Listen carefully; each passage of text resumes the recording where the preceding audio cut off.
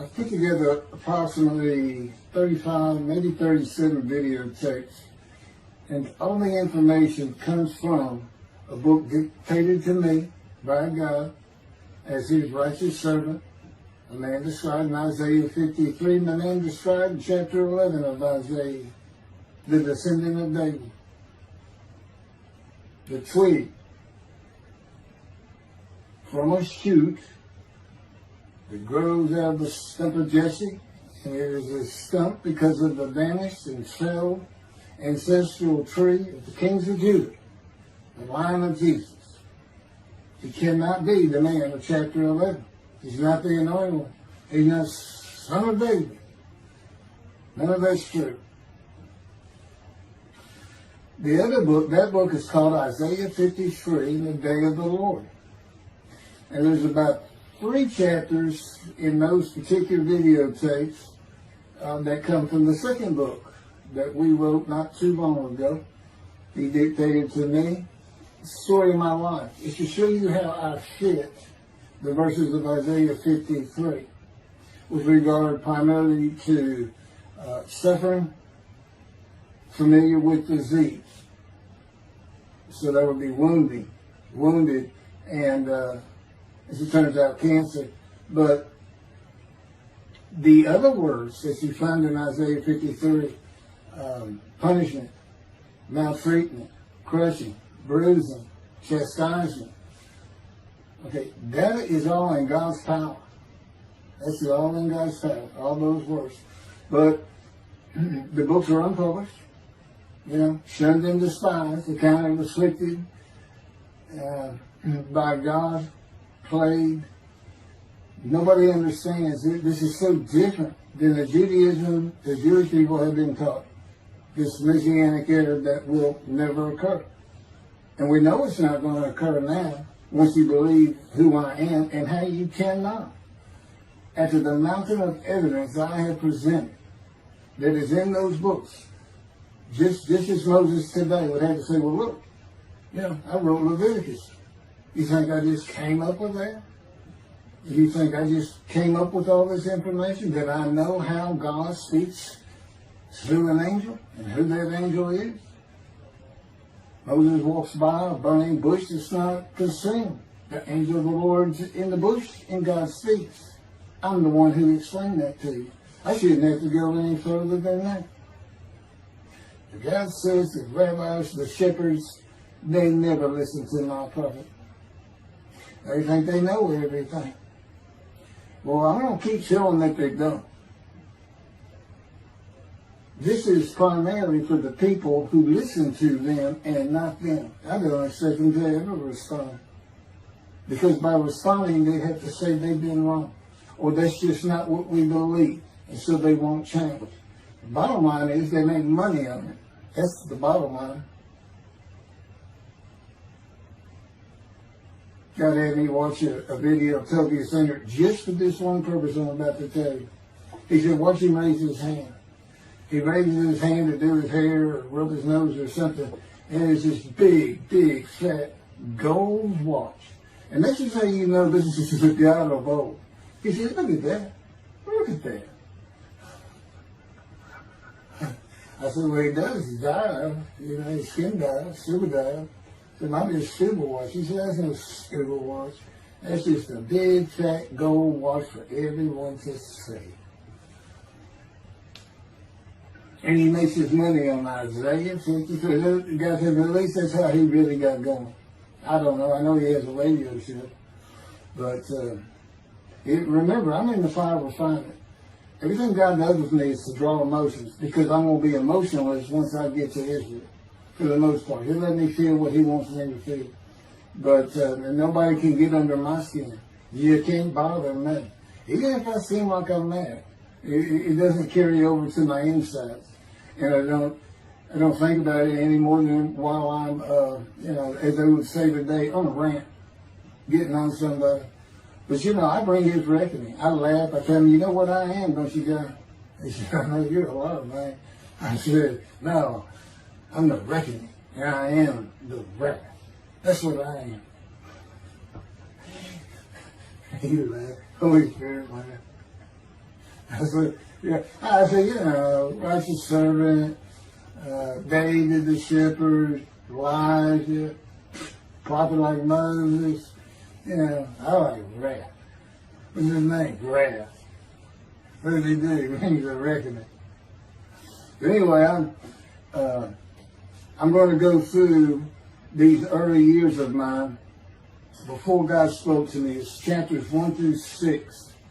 Chapter 7 is God speaks to an atheist, and I've already videotaped that. Walking with God, and something on visions and visuals.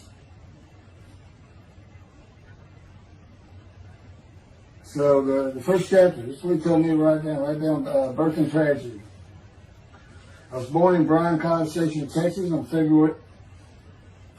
This shit's in from the Holy Spirit, yes. Like you couldn't ask me before I started. Yes. Oh, this is only for the people who come to believe in me. I don't expect anybody who's been viewing these materials and, nobody's really subscribing, a handful, to be believed. Again, I can't imagine. I don't know what you people want. I don't know who you think's going to come to do something different. How are you going to know who David is?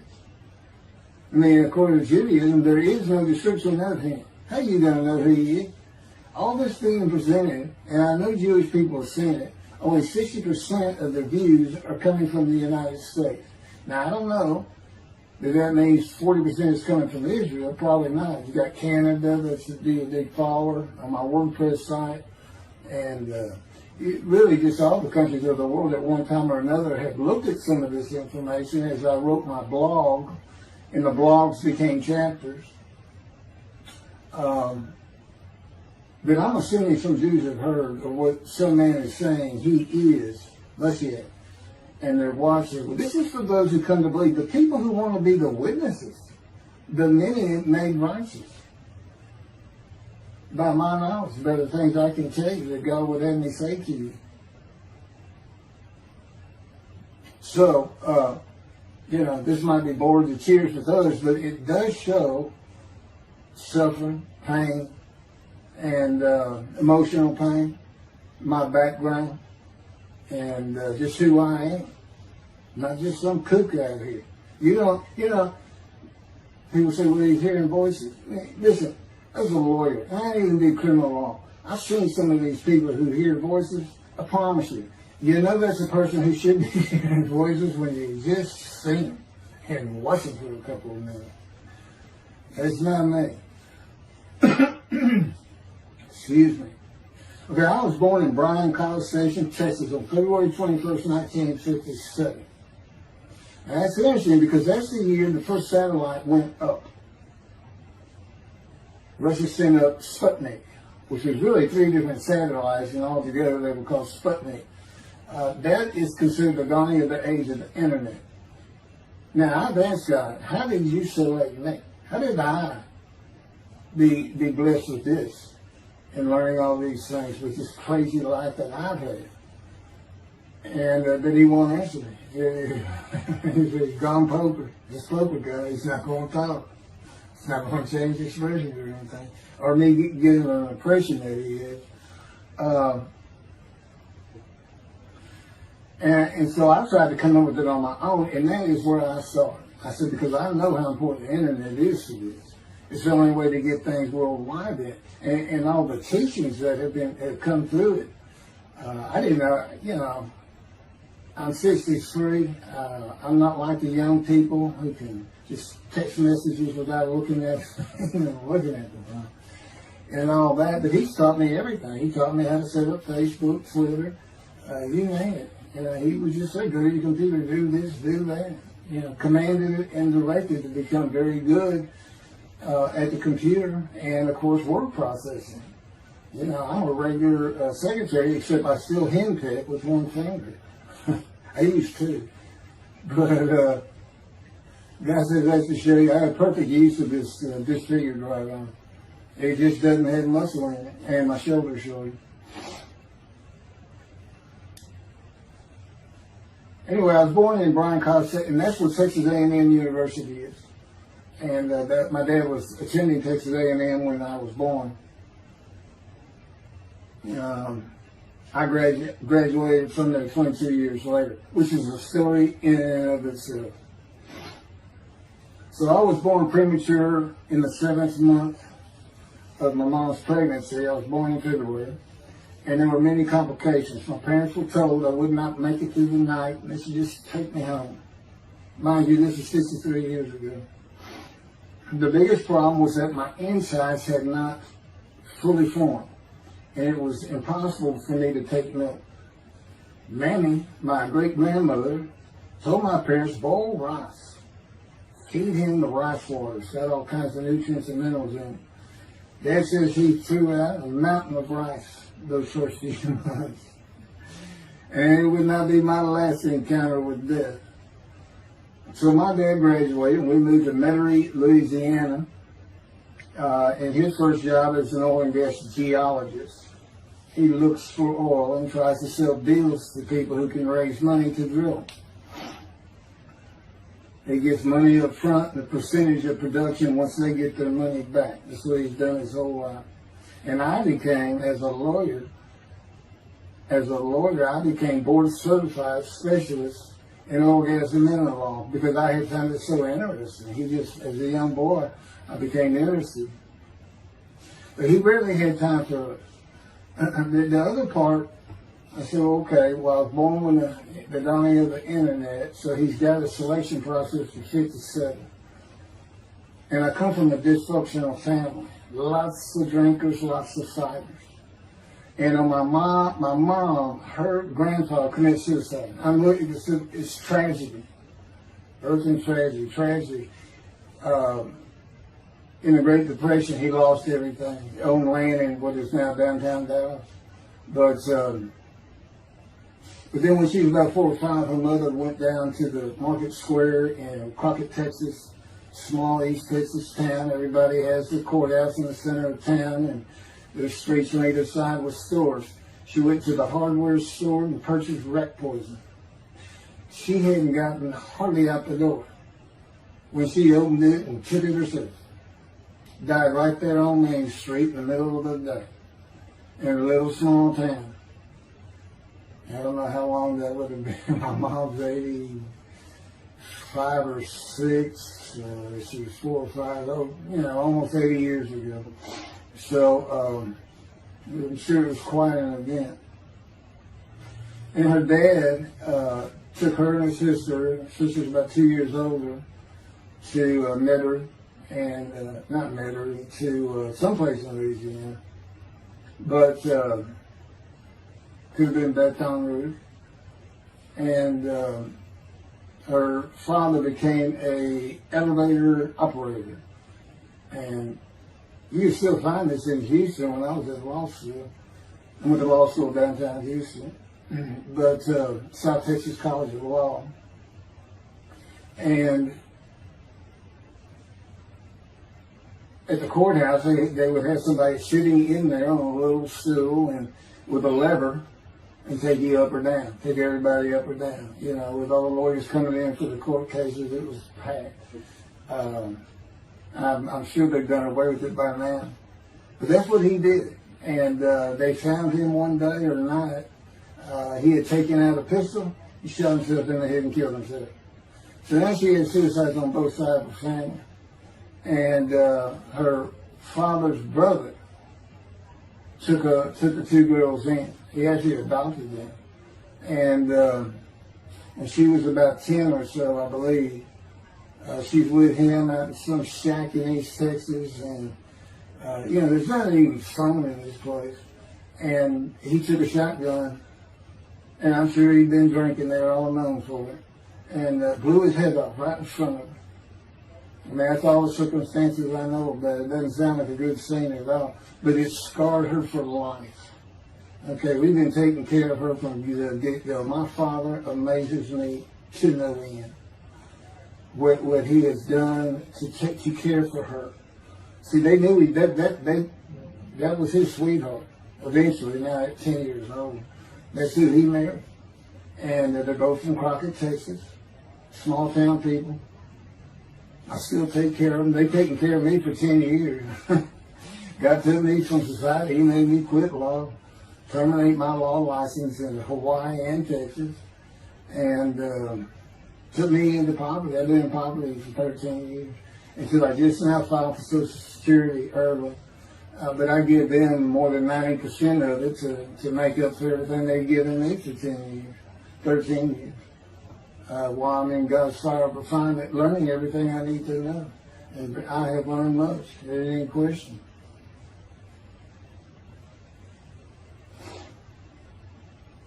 So anyway, there's 3 suicides.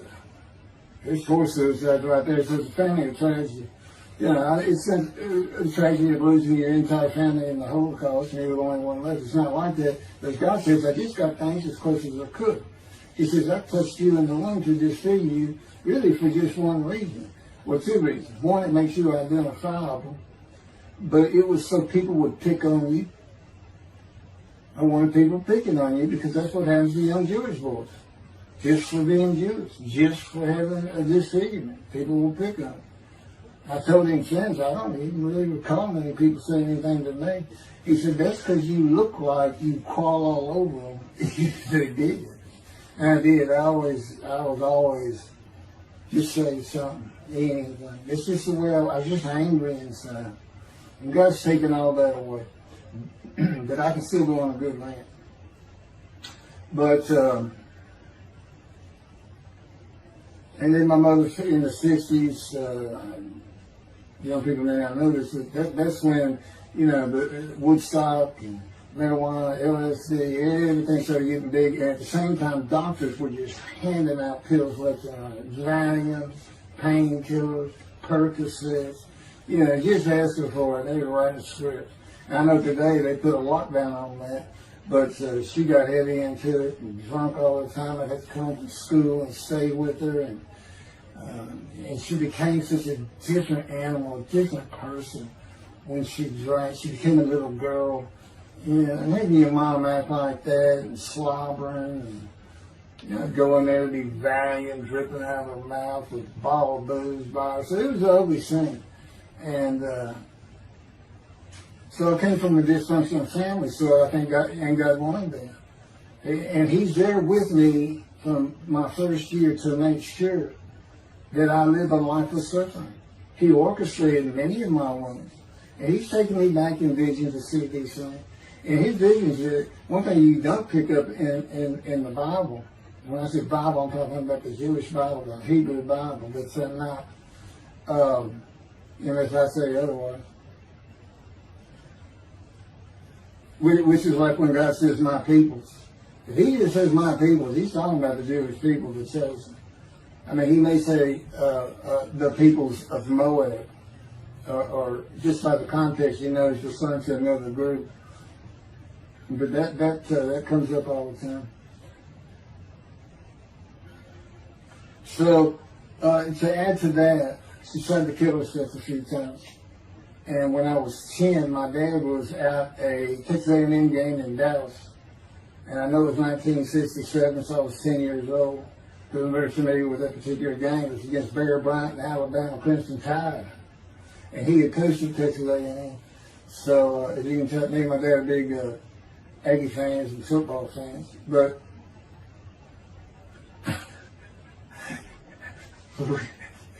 I had to share with me to see those games in Israel. Somehow my paycheck was like, he said, we'll get it. That's the Holy Spirit. We'll get it. I said, he's so funny. I don't know where my sister and brother were, but I heard some noise and I went down about 1 or 2 in the morning, and our stairs curved, and there was a little bay window cut out, and I looked down out into the living room, and she's laying newspapers on it. And I just sat there watching. I didn't know what to do. And she got down that paper and took out a butcher knife, not a razor blade, a butcher knife, and opened her wrist up. And this happened again years later when I was in high school. She opened her elbow up, and that was god awful. I don't know. But before she bled out, my dad opened that door. I sometimes think she knew he was going to be there soon, would probably save her. But it didn't look good, and I hated myself trying to do something. Maybe that's why I was so angry. Anyway, because I didn't do anything, I just sat there. I couldn't move. I don't know. I don't even know what I was really thinking, really. But I tell you, what it did is it told me how much her uncle blowing his head off must have done to her. That must have really hit you. And I had nightmares my whole life. But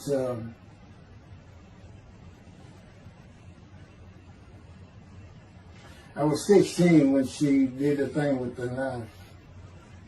But you know what? My dad finally got her he got her the best psychiatric care in Houston, Texas, and that's big because we got a medical center that's renowned throughout the world. And they put me back together many a time. And she never did that again. And the amazing thing is how different she is in her very advanced old age. I mean, it's like she was never that person of the 60s and the 70s and the 80s.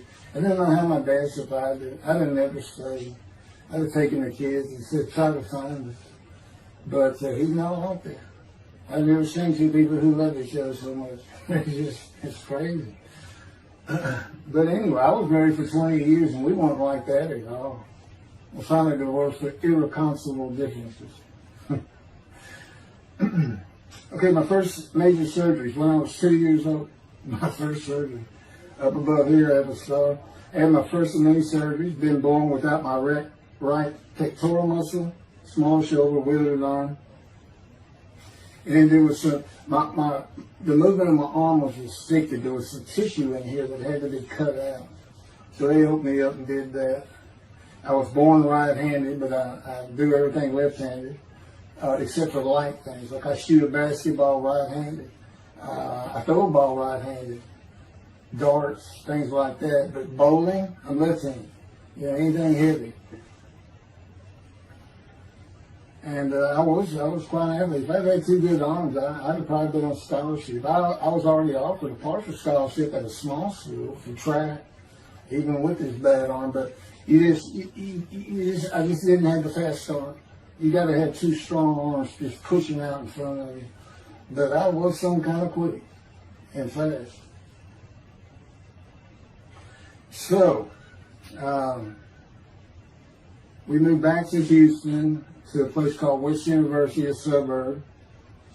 And this little story, I don't even like telling it, but God tells me I have to. And he had something to do with it. But I'm not going to go into that part of it. So anyway, I had decided when I was in second grade, I was tired of school, didn't want to go anymore. I don't exactly know why. I just know I said, that's it, and now I'm not going. Dad can't get me up and finish school until I'm not going. And it was on. He was going to get me there. It took him about an hour to get me to the car. Fighting and screaming and running around and hiding, getting under bed. You name it, I was doing it. And anyway, he finally gets me to the school, but he's too tired. He wasn't even going to try to get me out of the car by himself. So he get out, and he goes and gets the principal. And my dad's about 6'2", but he's real slim. And but he comes out with his principal, who's taller than he is, and he's a hefty guy. He's burly. Anyway, so they come and they said, get out of the car. I said, I'm not getting out of the car. I'd already locked the doors. And only the two front doors locked, and it was those locks that you pull up and push down.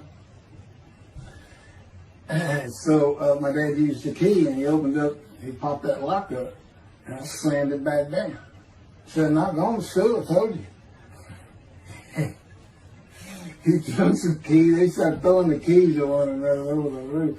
And the principal was trying the same thing, and I'm slamming his door, I'm leaping across the car. Man, I don't know how long I went, but they finally, in 5 minutes maybe, seemed like an eternity. I was terrorized, that's the way I looked at it.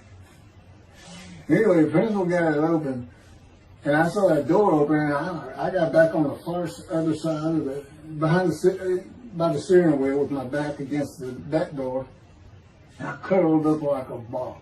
Had my knees on my chest, and he reached in to get me, and I unleashed on him, kicking him in the face with everything I had. He broke his glasses, and his orbital bone got shattered. So, That wasn't my first principal either. There's another one. So, but anyway, so they carried me in, and it was very embarrassing. I was crying. But again, funny thing, nobody, because I stayed with this same group for 9 years, going to Western University and the junior high there that you go to. Nobody ever said anything to me about it. And I knew some of those kids that were in that class.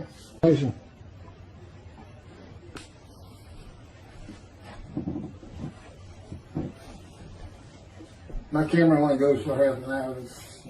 I can see on the screen that I have point towards me that when it runs out and I have to turn it off and turn it back on. But anyway, that ended my fight with my first principal.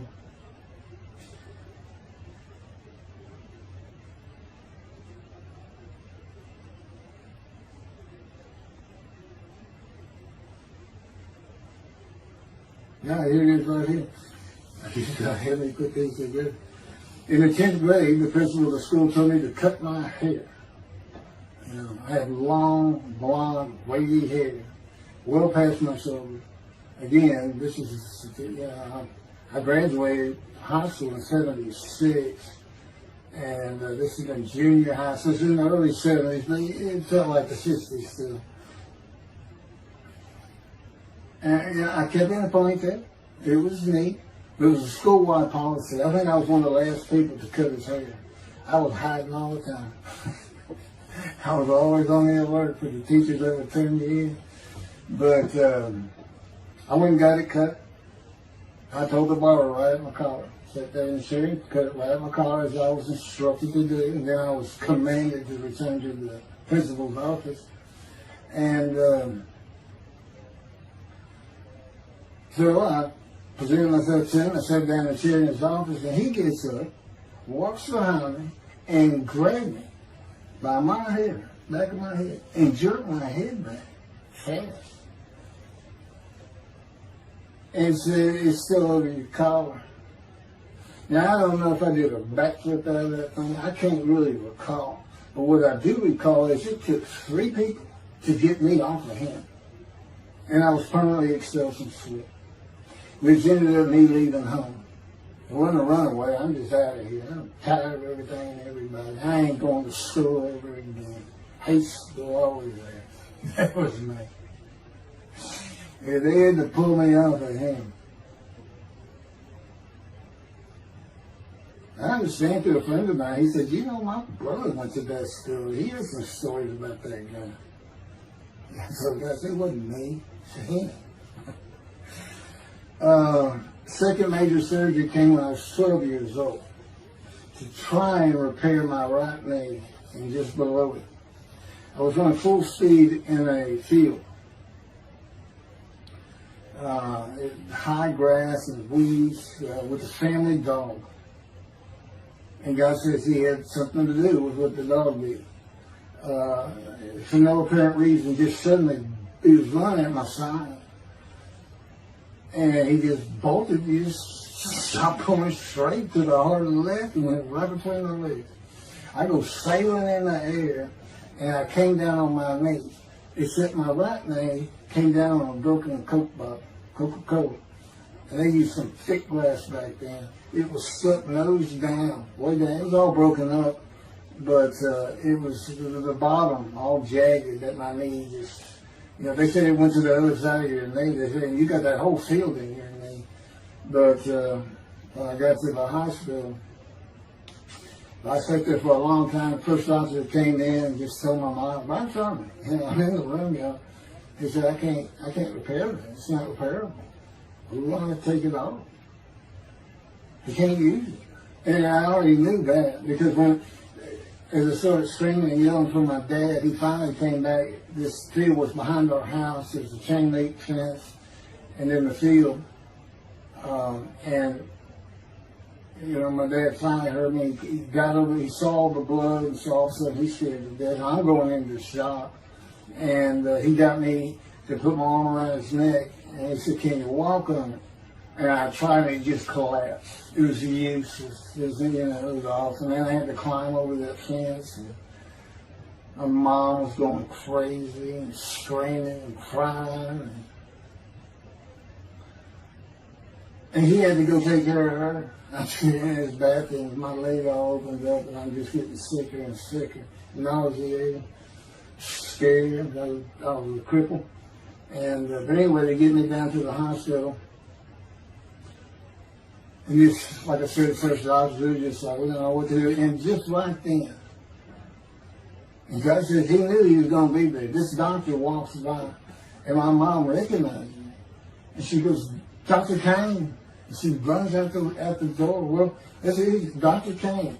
Her mammy that I mentioned earlier, in her old age, very old, maybe been in her 90s, I don't know, late 80s, but living with her sister, broke her hip.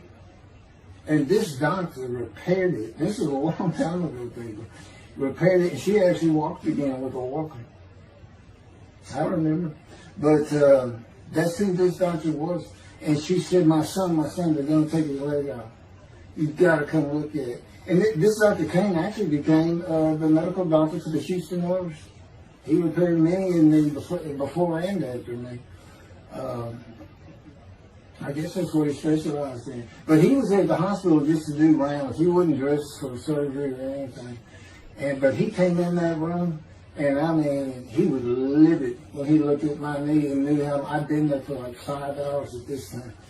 And he just started barking orders about getting me prepped for surgery, and he takes off to go get prepped.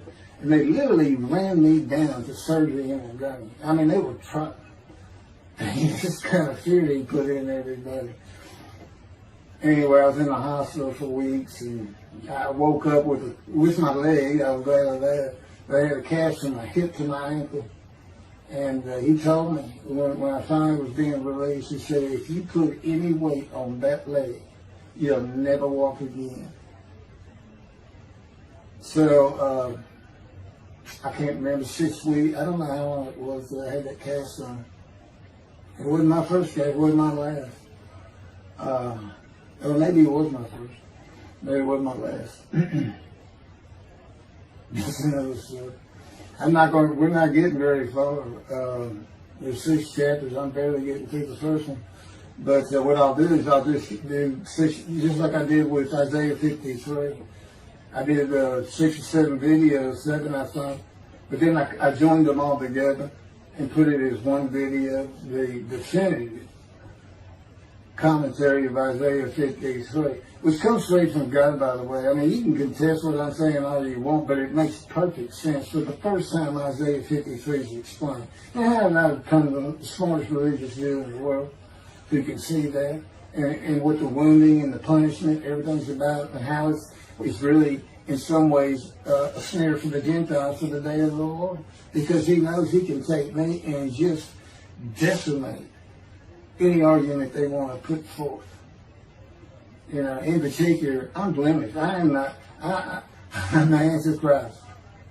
In that I am the exact opposite of Jesus Christ. Okay, he's so smart, he was keeping the synagogue at 12. Supposedly he was a perfect, beautiful man. I'm disfigured. Yeah, I'm not bad looking, but I'm not, I'm not Brad Pitt or anything. Anyway, and sinner, I wasn't a habitual sinner. I was a good person. I was good to other people. I was very compassionate. I said there was already a lot of humble in me. I didn't laud myself and the things I could do over others. Like being the fastest guy on top 5 at school and the fastest in the neighborhood. I didn't brag on myself. But as he took me back through my life and informed me when things were sin, it just seems like I touched on all of it. And if murder in your heart is actually committing that sin, as the Christians say, I don't really go with that, but then there's really not much I've missed. So I'm a sinner. And, Jesus can say, well, I'm a sinner too, I'm lying. All you got to do is read the scripture in the Gospels, you see where I'm lying. That's easy. And I came from the banished line. I thought I was the man of Isaiah 53. I thought I was going to be exposed to death, but given long life. This is what he would tell you if he was here. He said, but you know what happened? They crucified me. And on the cross, I realized I'm not that man. This isn't exposure to death. This was like a sure thing. Father, Father, Father, why have you forsaken me? That's Jesus Christ saying, I'm not the man of Isaiah 53, and I just figured it out. That's what that is. I asked God sometimes, you sure you didn't have that written? Why on earth would they write that down? They forget about it. People just thinking me. That's what it's about, Christians. They got their way. They can explain that being counted a sinner means he got crucified with the sinner beside him being crucified on each side, left and right. So there's three of them, so he's counted a sinner. Okay. It's supposed to be the scripture. Don't be able to find a person to do. You might tell Judaism the same thing. This is to find somebody. It's not the people of Israel. They're all kinds of people. Now we're looking for a guy so God can have a Moses. Why? We have a new covenant. Why? It's the day of the Lord. Why? Jeremiah says so. That's why. It's so easy. The lamb blooms again. Okay, and he's coming to covenant friendship with the temple. So the lamb blooms again at a time when there's no temple. Jerusalem's going to be rebuilt. It's a metropolitan today. This is no Jerusalem of antiquity. An old city might be too big. And I'll make a new covenant with you. I will forgive all your sins and remember them no more. That will cause Torah to be written on your heart. It's a metaphor. When did he do this before? Oh, that's right. Assyrian Babylon exiles. Isaiah was right before. God said, I forgive your sins, remember them no more. They became a holy city. What did they do? They did the second temple. What are we missing? The third temple. This is so easy. So it is the day of the Lord. There's any question of that. I'm just telling you it started with the Russians. So that I stuck me. Hello, Russians.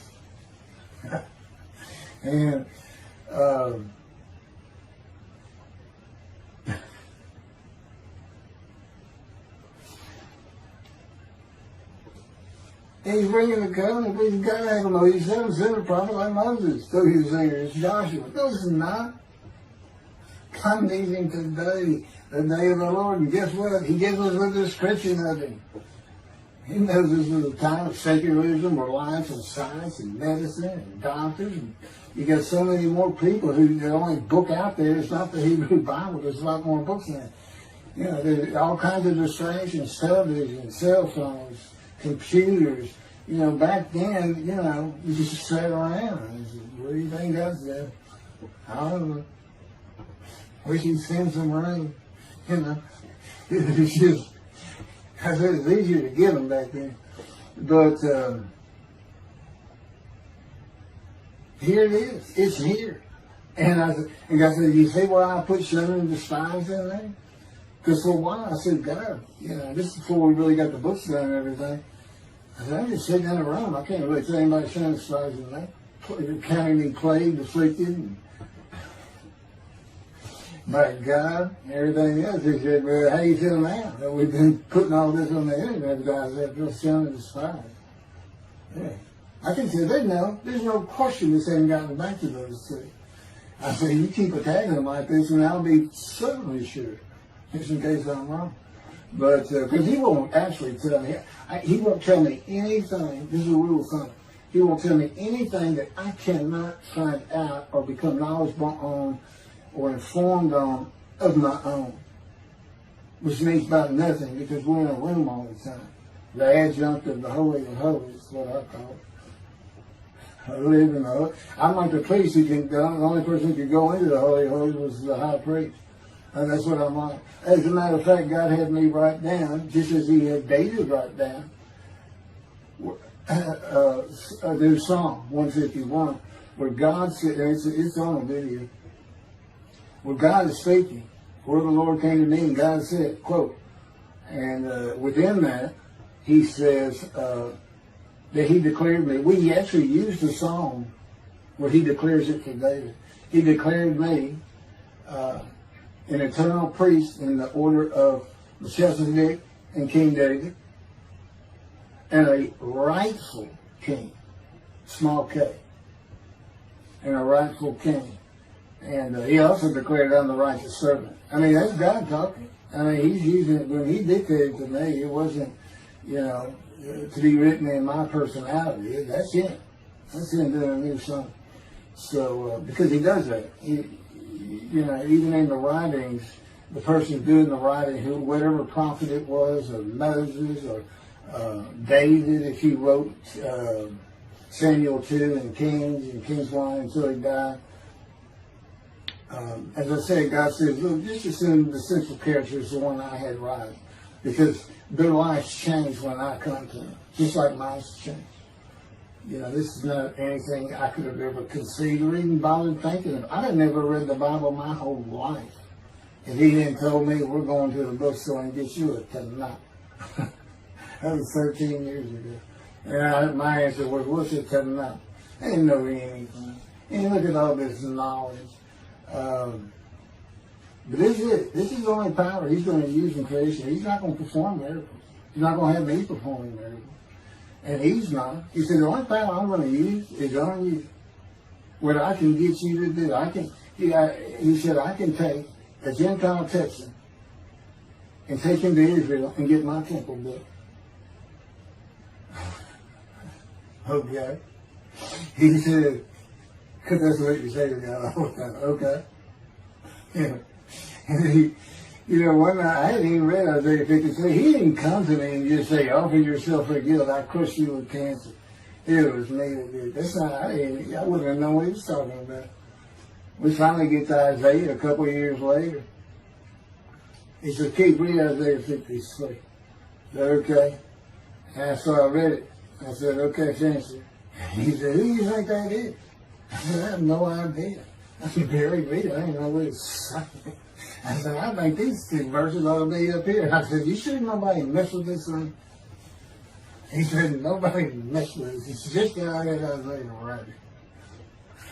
He said, that's you. I said, oh, okay. And I couldn't help myself. Good luck convincing anybody. I can't even say what he's saying. He said, before we get done, and he's right. I've been over that thing so many times. From my original version of Isaiah 53 that he dictated, or told me how to put together, but every sentence, every word is we've changed it up and added things. I've learned things. Like I didn't know about the test of devotion. I didn't know why the angel was leaving early in Malachi 3, but I do now. And all that would cause an amendment to my midrash on Isaiah 53. And, the book has me, these are all videotapes now, me and Rashi. Rashi, the first one to come up with this is Israel. And, I look at his answers and I just shake my head sometimes. You should see his answer in Malachi 3 for the angel of the covenant that you desire. There's only a covenant of friendship and a covenant of Jeremiah. And this is his answer. It's midrash, so he just takes a section of the angel is on the way, and it just says the angel of the covenant. And his commentary is the angel that avenges the revenge of the covenant. I said, what does that mean? What are you talking about? God's being funny. He said, I don't know. I said, you do know. He said, well, I'm not telling you. So, God likes to feel as though he's laughing. He doesn't actually laugh. He sends me a perception that he does. Or he uses me to laugh. I've mentioned that in a video. Because he can't. He controls my words. I learned that in walking with him. Just one day, I'm talking out loud as we go. I'm discussing man and divine beings as though I had a sermon I was giving or a speech to somebody or a seminar. And I'm rolling, and I can tell he is really making this thing rock. He's taking it from here to here to here. And we're going. And I'm going. And all of a sudden, I use a word or a couple words that I simply don't use. And they're not what my mind was even thinking of. They just came out. And I just stopped. I said, did you do that? I didn't even say, hey, did you just make me say these two words? Because I knew he knew. I said, did you do that? He said, I did. He was almost indignant. I did. I said, okay. Anyway, that's where it all started. Now I know. Okay, guess who that is? That's the Holy Spirit. Using me. He doesn't sound like that. But he'll use words like that. So he's getting bored. They like to cut. Let me just say this. This is part of God you don't know. It's not all the time. It's sometimes we do tend to get kind of silly in here. But, you know, they do things after a while. I'm like, you know, I feel like a kindergarten teacher, and I got two of those kids that you just shake your head at. She said, this is a handful. These two, nothing but trouble. Always fooling around, looking for a laugh. And the Spirit's always working in heaven. There's God laugh, as it were. Again, he doesn't actually laugh. It's a perception that's his emotion. If God has any emotions left, because worrying about other people's pain is not one of them. He made that clear to me. I don't care about your pain. And just saying it makes you mad. He says, see, draw in. And he do this so many times over and over. He says, this is easy because now it irritates the fire out of it. He just started. I said, how do y'all keep doing this? And one day I told him, I said, I got it. Which means it actually came from them. I got it. You never grew up. You never got sent to your room. You never had to climb that mountain to achieve something. Put yourself out there. Nobody's ever whooped you. He said it. I said, that's what it is. You never grew up. That's what it is. Yeah, I'm dealing with the child guy. That's what I'm dealing with. Having an argument. And then he came down as mean, very serious, mature guy. And I didn't bring that argument up anymore. But that's how it gets to me sometimes. It's an incredible lot. For me, I'm not going to get to them. I get to them at the end. I'm getting close to when I got shot. I thought that was a new chapter. Oh, it's not. Well, I'm going to put it, this is getting long. And anything over half an hour, we try to stop. Now, my Isaiah 53, 5 hours. But, you have to watch it all at one time, of course. He doesn't hardly let me watch it. Yeah, I don't even watch them before they get posted. He said, no, you watch it later. Because it comes on the TV that he got me. And I didn't know at the time it was going to be, that he was serious about doing videos. And I certainly didn't know about making it a backdrop. He decides everything. He tells me when to eat, when to get up. I don't sleep probably at all 2 or 3 hours a night, and sometimes less, and take a half hour nap sometimes. But I found out I feel fresh. I don't need that much sleep. He said, well, you're not really doing anything. Why do you need a lot of sleep? And see, that used to make me mad. Now I just laugh at it. Thank you very much for listening. I'll pick this back up on another video, and eventually I'll put these first 6 chapters, just like I did Isaiah 53, because it's a book that he dictated to me. I can't get it published. I'm going to put it on YouTube. That's why I'm reading it. And as I said, if you don't want to listen to it, don't listen to it. But the information that's in these books and in those videos is, that's my proof. And quite frankly, God said, if that's not enough for them, well, that's just too bad. Utter destruction is what they end up getting. They better learn how to listen to the prophet. See, it's no different than the people back then. They'll say, well, why didn't they listen to Isaiah? Why didn't they listen to Ezekiel? Why didn't they? They laughed at Ezekiel. That's what Rashi says in his commentary. I didn't know it was laughing at him, but just ignored him. Everybody thinks they know it. But in any event, I do know there's one chapter we haven't put in there, and that is recognizing a prophet in a town. It says Moses vouched for Joshua, so he didn't have to be tested. Now, the problem with all that is, and I think why God hadn't had to put it on video, is that they're looking for a seer, somebody who can see the future. But see, that's antiquity. I mean, that's not what you're looking for today. Moses wasn't a seer. And none of the prophets were seers. They just wrote down what God told them to write down. God's the prophet. Is the one making prophecy. And what he does, he doesn't actually just see the future. He walks it through. He says, okay, right here is when they're going to send up the satellite. This is where humanity will be at that time. He can walk it through in his mind.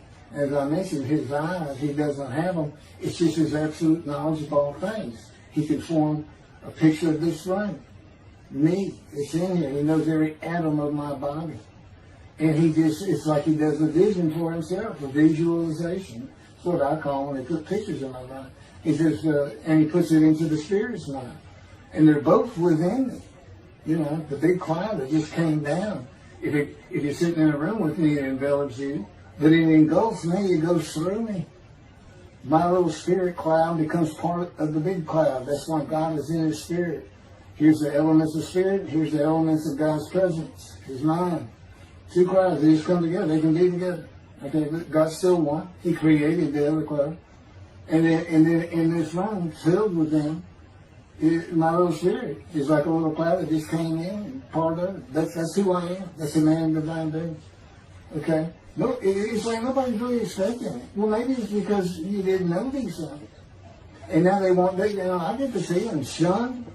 Shun means I'm not looking at that. It's not like a coot.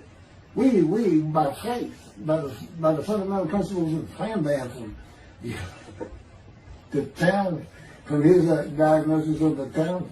Once you do your own, once you throw the talent out and learn some new stuff, once you get out of antiquity, every religion has an end times like that. Every religion ends up with utopia for its people. Everybody. Well, don't be like everybody. You're the Jews. Well, let's get practical. Let's have God in our midst again, in a man like he was in Moses. Let's point at him and tell the Christians that is the man of Isaiah 53. Here's what it's about. God said he's coming back. He told us, we're not waiting on him like you. He said when he was coming back, he false prophesied 5 times. He ain't coming back. He wasn't who he thought he was. He told us on the cross. I'm not the man of Isaiah 53. He tells us. Well, what else was he doing? Why did you say me? I'm about to die. What do you think he's talking? What do you think he's thinking about? You're not supposed to die. He thinks he's the man of Isaiah 53. So do they. It's mind-boggling because I'm the man. And there's nothing about me that says Jesus Christ. Nothing. You should hear me cuss God. I cussed him trying to die. I begged for death 1,000 times. He said, it's not been 1,000 times. I said, it's been hundreds. He said, well, that's true. You have cursed me more than any man in the history of mankind. And he said, and you did it face to face. And I said, you shouldn't make me so mad. He laughed, y'all. He laughed. When I'm cussing him, he did make some mad. And oh, you're kidding, that's the way. He gave me his perspective. This is what he did. He said, Keith, imagine you created ants. And ants are living beings. In other words, they can think and they have emotion. Okay, you get a great big ant farm over here in the room. Okay, you decide you're going to get one ant to get all the other ants to do stuff. But you got to get him ready. And you get him ready the way I'm getting you ready.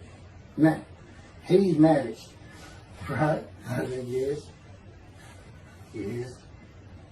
He said, now, magic. I'm always laying in this bed. I got a big table. It's got a microwave on. I put my computer on. I got a big fan I like to have on. And he said, look over at that table. Now imagine that ant got loose. And he is crawled up. And he is standing on the corner of that table. And he is giving you the what for in ant language. I mean, he's going. And he turned around and shaking his butt at you. And he's cussing. And all this. And all you got to do is go bump. And he's gone.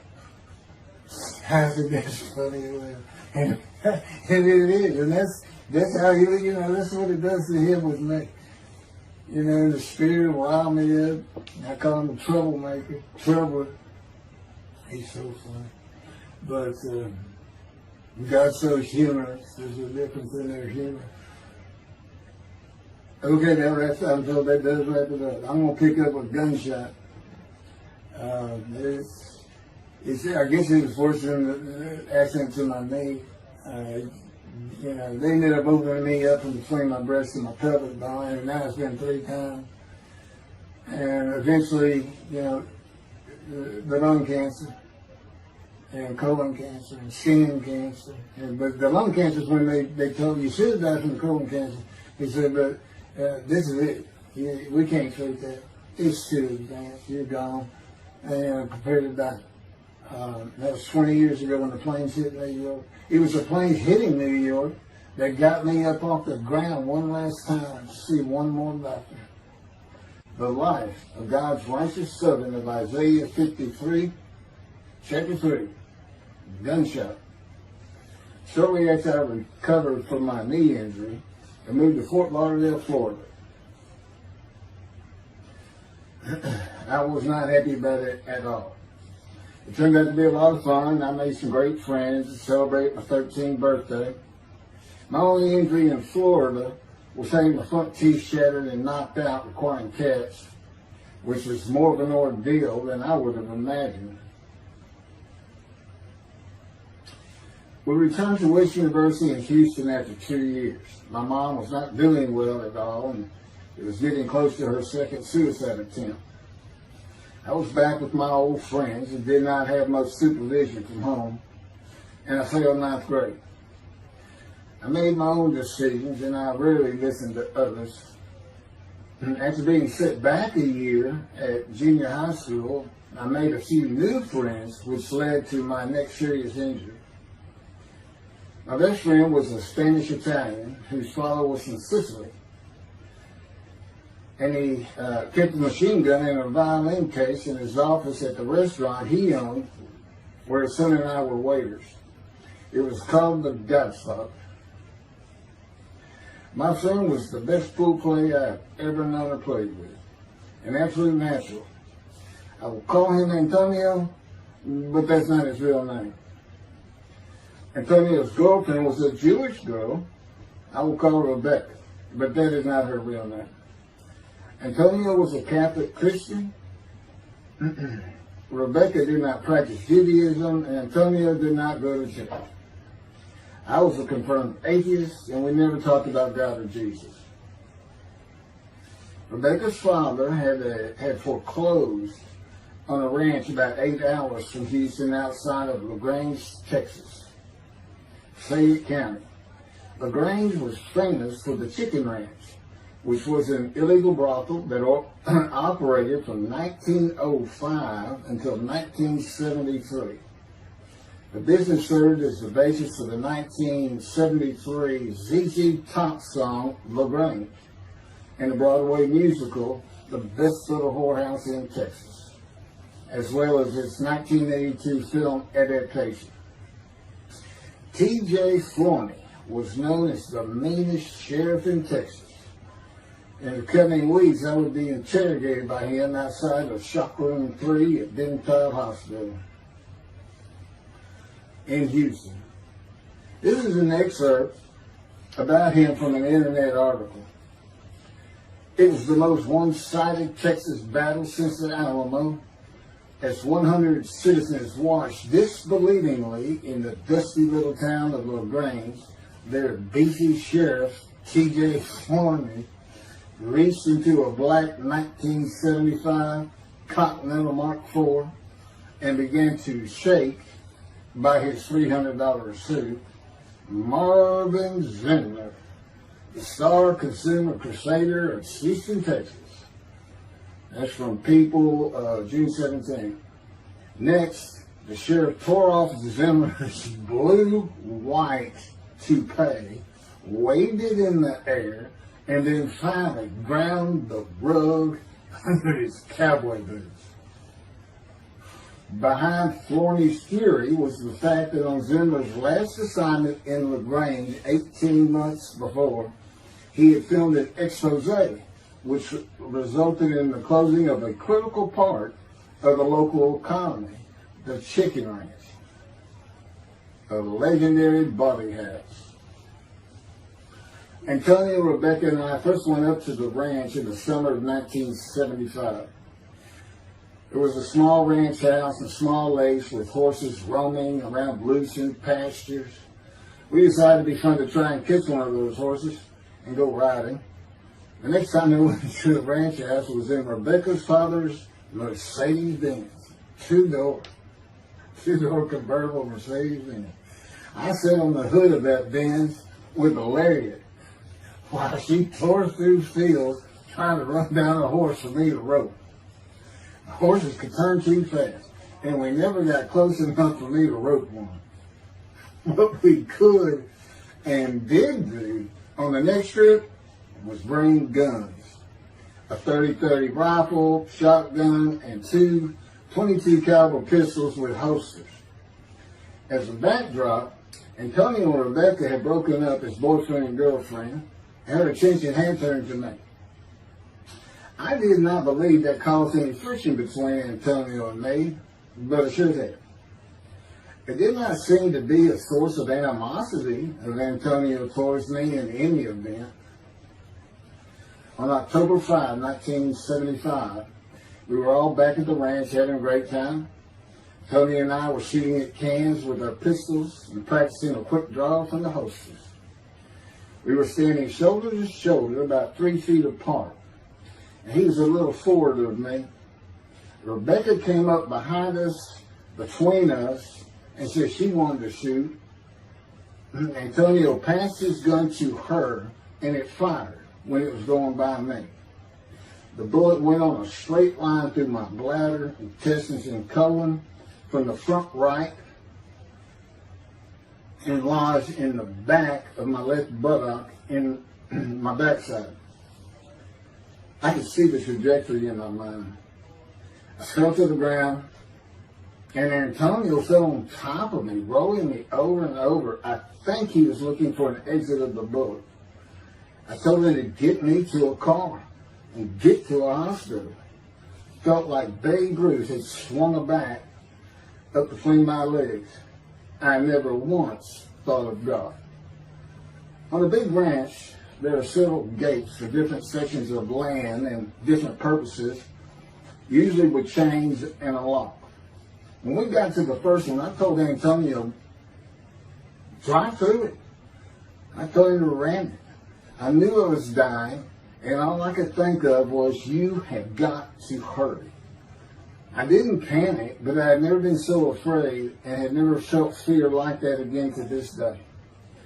Sometimes I think I have forgiven Antonio for accidentally shooting me, but I had not and cannot forgive him for stopping at those gates. I'm still mad about it. I was seriously angry at him. We got to the LaGrange Hospital before noon on a Sunday. They had to call the doctor to come in. I asked the nurse for something for pain, and she told me my vital signs were too low. That if she gave me a shot of morphine, I'd drop dead right there. It would kill me. No pain medication. The doctor came and looked at me and said there was nothing they could do there. He told me they were getting an ambulance to take me to Houston, Untitled Hospital, where they operated on gunshot victims all weekend long and do to this day. It's a trauma hospital. Many young doctors from Baylor University, all around the state. It's the high desirable place to be because you're cutting all. If you want to be a surgeon, you're cutting all day long. I knew one thing with the certainty. I could not pass out or fall asleep. If I did, I would not come back. In an ambulance, I talked to two fellows that were tending to me, as much as anything to stay awake. I asked them such things as what it was like to be married, graduate high school, have a career job, but my mind repeated over and over, you have got to hurry. We arrived at dusk. This happened before noon when I got shot, so now it's getting dark. When the ambulance opened, my brother jumped in to help. My mom was standing by the entrance to the shock rooms in her fur coat. She later told me that since Benton was a public hospital, it might help if they thought we had money. I didn't see my dad, but my sister told me later, the whole way to the hospital, all he could say was, to God, please don't take my boy from me. I had stayed awake for some 6 to 8 hours in awful pain. They took me to shop room 3. It was filled with people giving orders and very loud. On the table, the nurse told me she had to put her finger in my bottom, which embarrassed me. And I raised up like a sit-up and saw nothing but blood rushing from my bottom onto the table. You have to hurry is all I could say. They finished prepping me for surgery and enrolled me to a hall in a line of others awaiting surgery. And someone was saying my name, and I opened in to see T.J. Floyd, Sheriff of LaGrange. He wanted to know if I'd been shot intentionally, what we were doing at that ranch, did we have permission to be there, and et cetera, et cetera. I told him I thought it was an accident and to leave me alone. I never saw him again. I didn't have to wait long. The orderlies bypassed everyone in front of me and took me to surgery. I awoke in a large room with about 10 beds on my side of the room and 10 beds on the other with other patients, and I could hear moaning and crying here and there. It took a few moments to remember what had happened and why I was in there. I fell back asleep, and when I awoke, my dad was telling me he would have me out of there into a private hospital as soon as possible. It was the next day when they transferred me to the Methodist Hospital in the medical center where they had operated on my knee, and I had spent weeks there. I had a hose with a bag coming from my bladder and a colostomy, an opening called the stoma, which is your intestine on the outside of your abdomen, with a bag over it for going to the bathroom. I was out of danger from dying, but still very weak, and I needed to gain some weight. The track team was already getting together, running distance and cross-country workouts provided by the coach, preparing for track meets in the following school semester. I lived about a half mile from the high school. The day I got home, I walked to look at the track.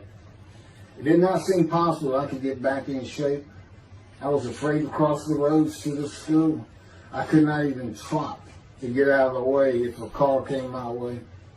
My insides felt like jelly, and I had been warned that too much physical exertion in the first 10 days could cause a stomal hernia, and my intestines to start extending from my body. I was homeschooled for the rest of the semester by a private volunteer tutor, and passed classes I probably would have failed. The beauty of that gunshot was that it changed me.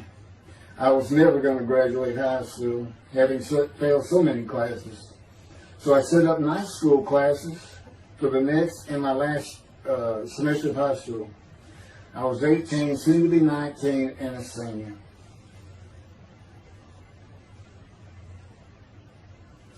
Chapter 4, College and Law School.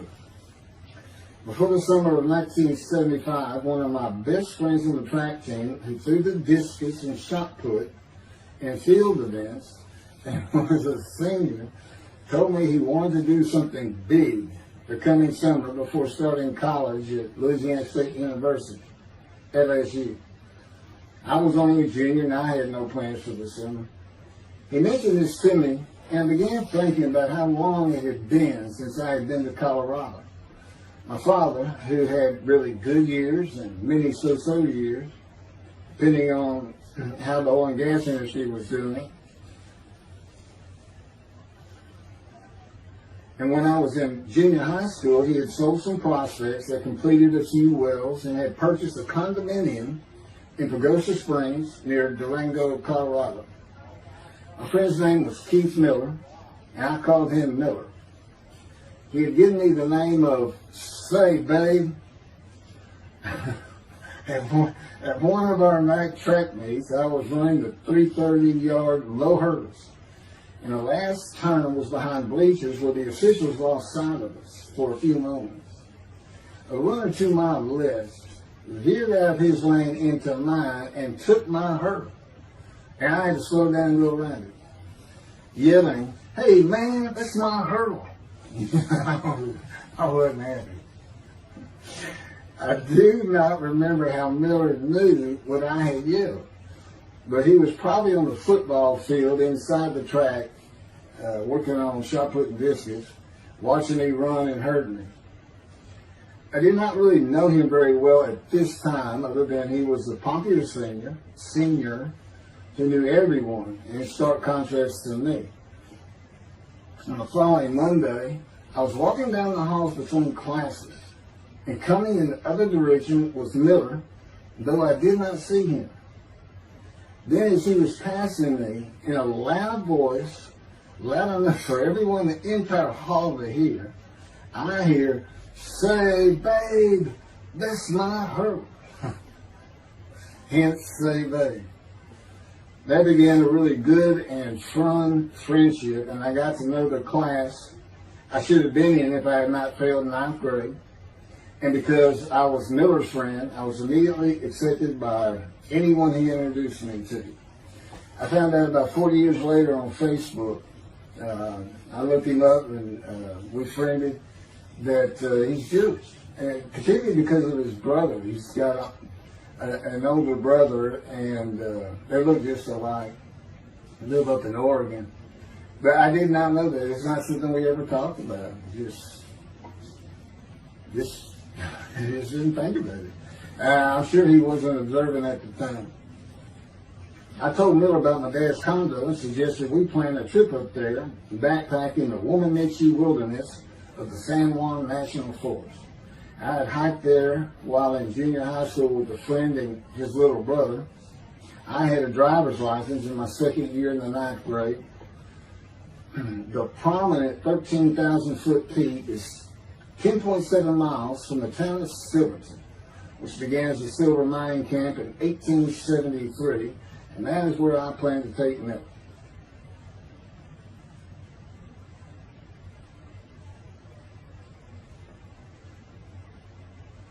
So Miller and I take off. We use his car. As I said, he was getting ready to graduate, and his dad had bought him a Toyota. Can't remember the name of it now. My dad's condo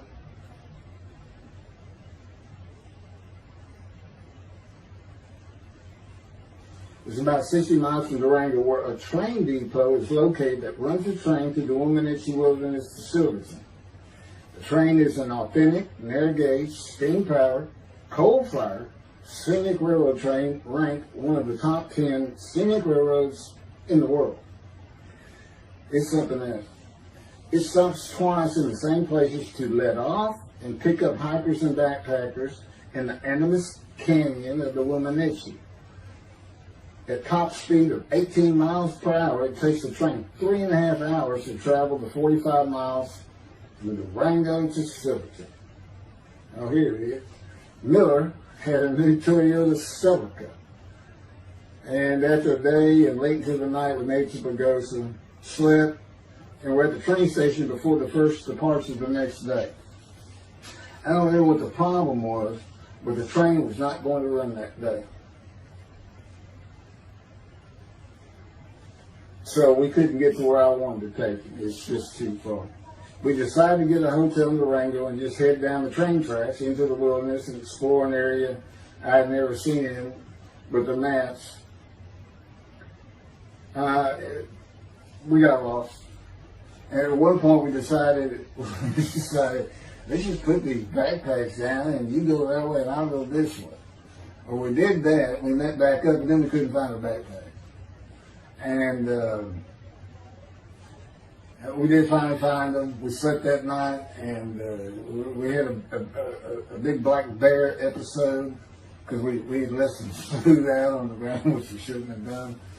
And but anyway, we ended up making it back, and we had one of the best party nights I've ever had in my life. We hit the main street in Durango, which is a tourist hotspot, and we hit every single bar. You could drink at 18 back then. It wasn't 21 as it is today. And we did. We made sure it was like a go. Okay, so every one of them had at least one drink: shot of whiskey, Boilermaker, beer, whatever. I can't really recall other than that. I knew I had been drinking the night before when I woke up. But we did. We hit both sides of the street. I don't know how long it took us and how many drinks we had, but we just had a lot of fun.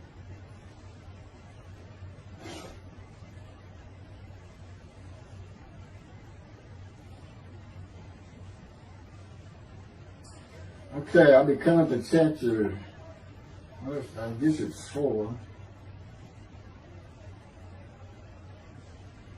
I don't know.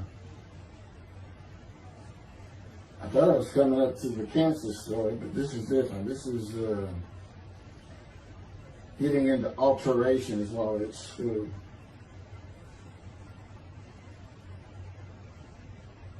So anyway, I was shot on October 5, 1975, and by early December, so it was October 5, and then in early December, I had surgery again to put my intestines back together, which was, it was dicey. They kept telling me, we don't know if we can reattach. There's people like Bob Hope lived his whole life with one of these stonal deals. And it's just a horrible thing.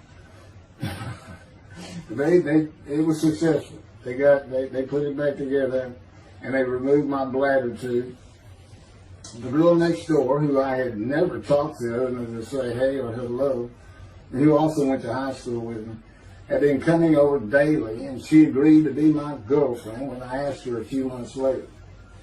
I did my night school and graduated last in my class, or close to it, of over 400 people.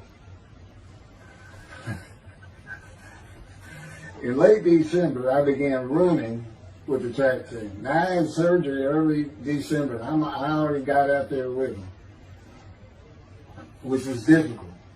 Pulling 2 tires on the cinder track.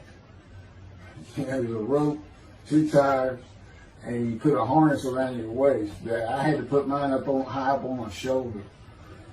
On the cinder track for a lap and a half, 660 yards for 2-minute intervals, 6 times was the toughest. My speed and quickness was still there, but distance running and my endurance, it took quite a while to come back. In early February, just about 3 months after being shot, I won my first 120-yard high hurdles race at a track meet that was fast enough to qualify at the upcoming district track meet for the regional track meet. Winning at the regionals would place me in the state track meet. I was fast, but my disfigured right arm really held me back. Then my heart was broken, and I cried for the first time since I was a child, best I could remember. My coach, who really liked me, he understood the effort I had put in to get back in shape. Called me to his office, and I knew something was wrong. He told me I could no longer be on the track team. I had too many semesters of school to be eligible according to the eligibility rules. It was because I had failed ninth grade.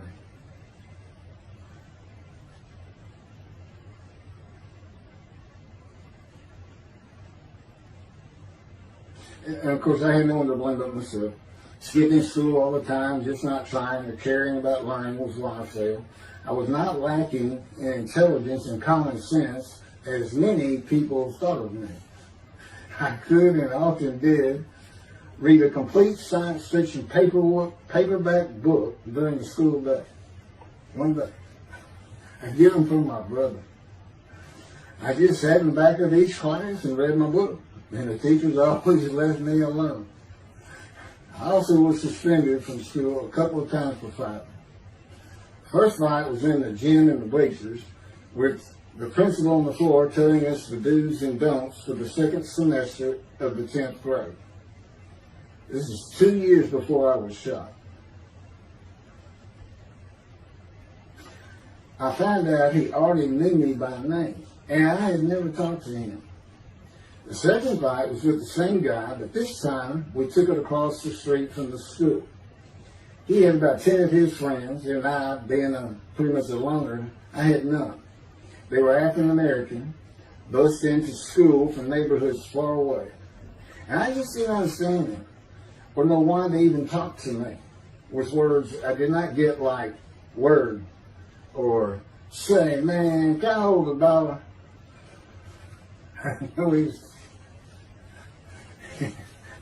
That is what started the fight in the bleachers. I hear from behind me, and one stood to my left, saying, man, can I hold a quarter? I turned around and just looked at him. And finally said, I did not have a quarter. Ordered with the principal, I undid my ponytail. Mind you, he's sitting right behind me, and I'm well aware of that. And I brushed my long blonde hair and then reached into my pocket for some chapstick for my lips. When I pulled my hand out with the chapstick, turned out I did have a quarter. And from behind me, I hear, "Say, man, you said you don't have no quarter." To which I replied, turning around, "I don't have a quarter for you." The next part is kind of hazy.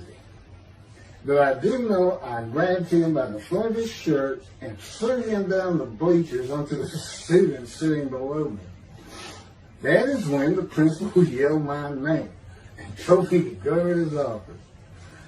The next day, the guy and his friends were waiting on me when I got to school, and we fought across the street. The principal had told me not to get into any more fights, and this is the fight I got suspended for.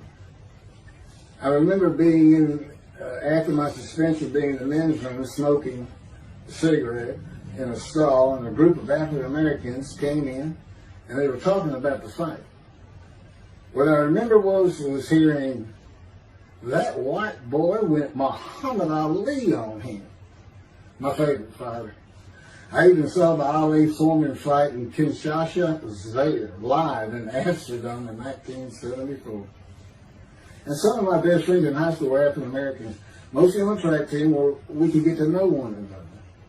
I still had run-ins with the general population of the African Americans, who everyone just called blacks back then. I never used the N-word and thought they would help themselves a lot if they stopped using it.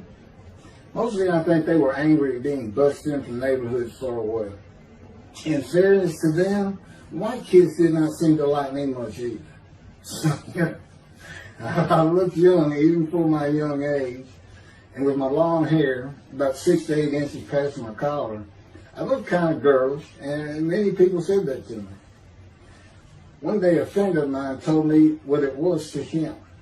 You never smile and seem to be very angry, like if someone looks at you crossways, you're going to come after them, daring them to say something, like you want to fight. My next suspension for fighting began in middle shop, and it was all my fault. There's not a big deal to that.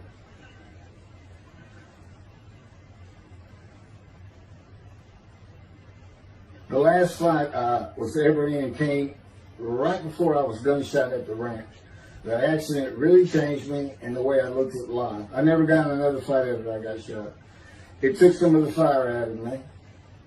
My longtime friend from junior high school and I were at Memorial Park at night and walked down a train track that ran through the woods, away from the streets and recreation areas. We went to the center of a long railroad trestle bridge that ran over a bayou to wait for a train to round the corner from either direction on a single track.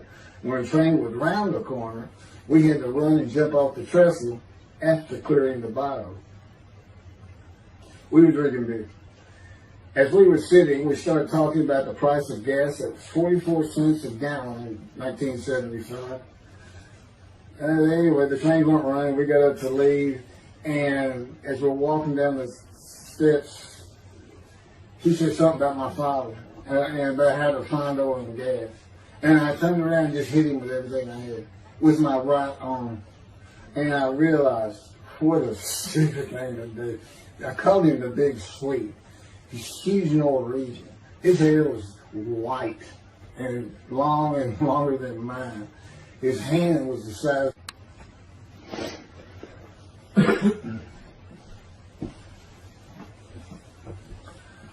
And I had nowhere to run. That was a really dumb part of that. I mean, I couldn't move. I couldn't use my quickness. I couldn't box as I had with the fellow across the street. And he just took one big thing. He's very athletic. Coaches all wanted him on the high school team, but he didn't want to. Football team. And but anyway, he hit me just one time. That was the whole fight. It was just 2 hits. My measly hit with my right arm. I let it fast, and I hit him where I wanted to hit him. Well, I say that. I didn't even think about it. But he just about knocked me senseless. I mean, I saw red. And So anyway, that was it for our friendship. We just, although after I got shot, he and I got back together a little bit, but by that time I had met Denise next door, and I wasn't going to be going out drinking beer at the festival anymore. I was going to get serious, and that's when I set up my night classes and everything. Her big sleeve.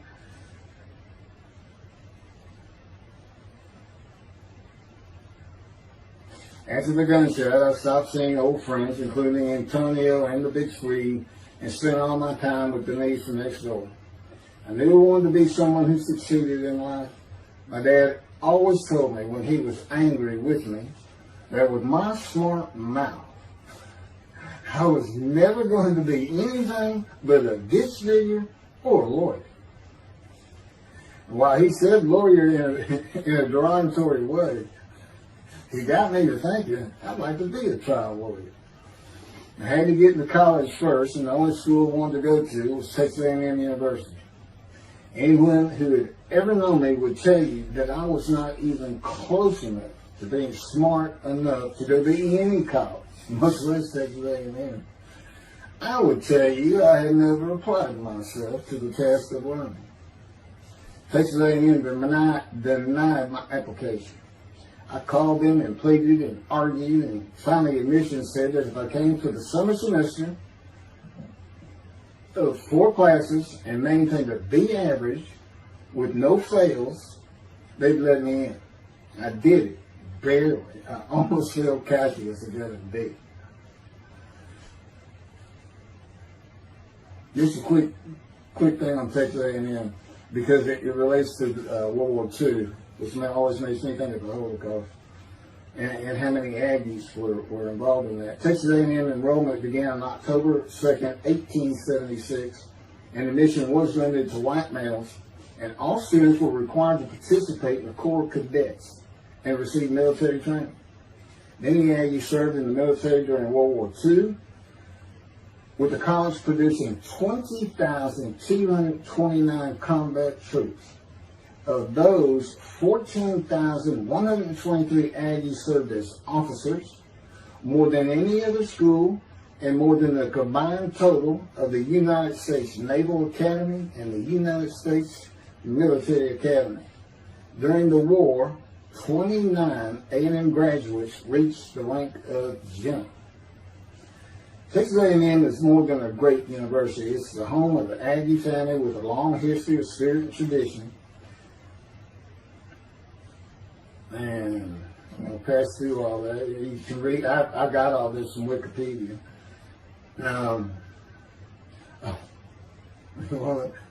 Like Notre Dame, it's a school full of tradition, especially notable at football games and in campus life, drinking beer at the Dixie Chicken. I had a good friend in what is now the Volunteer Corps of Cadets, and we've been shooting pool and drinking beer all night on the weekend, and finally left sometime after midnight. I walked my friend back to the quad, Corps Cadet Quad, a large open area where people could gather, surrounded on 4 sides by dorms for cadets only. And I dropped him off at his room. Before he shut the door, he looked at me, and not for the first time, said, "Want to race?" He's fast. We race anytime. I said, yeah. Of course, we were pretty much, we had a lot of beer. I said, yes. And he went to the end of the hall and took off at the other end of the hall.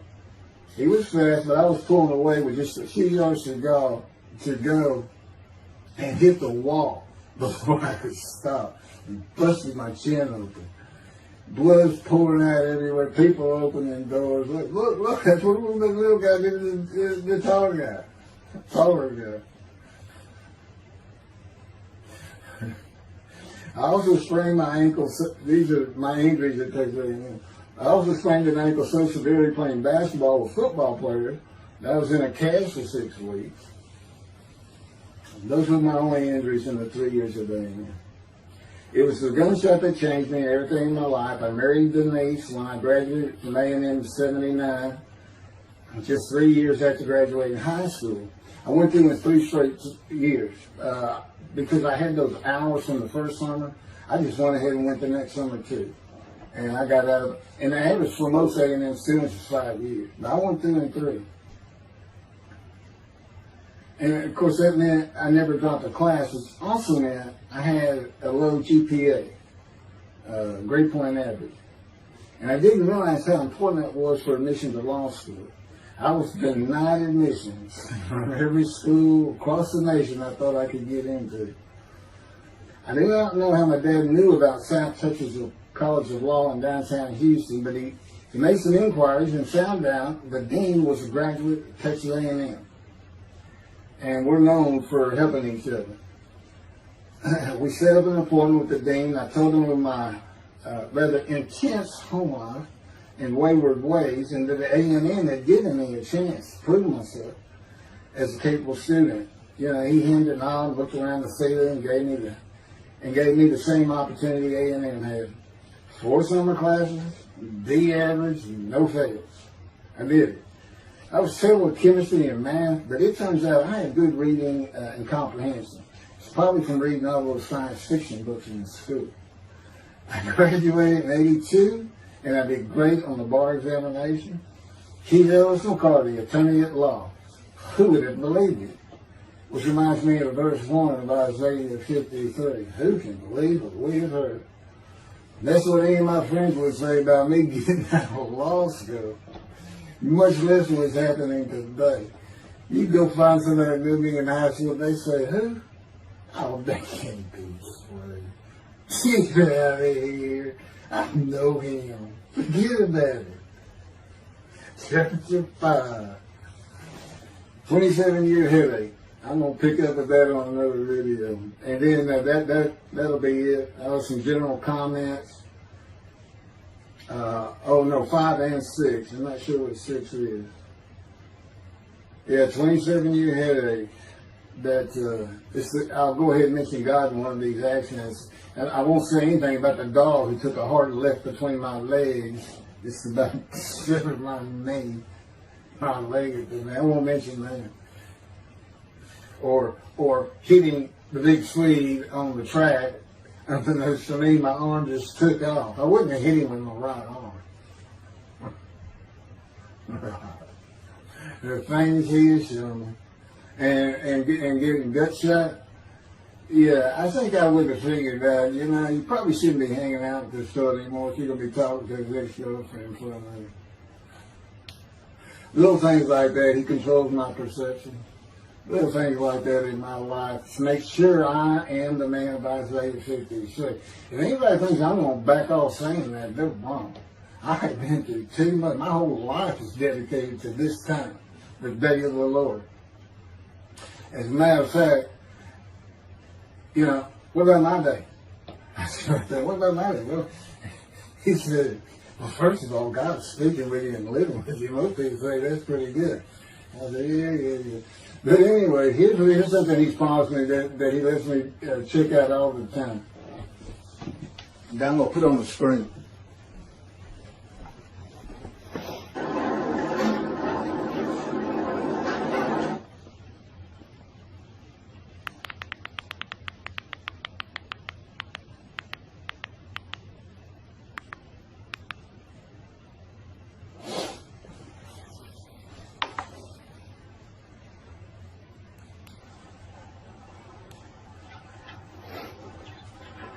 The Radiant GP Cycles, Shorties, Slip-Ons, Cold Startup.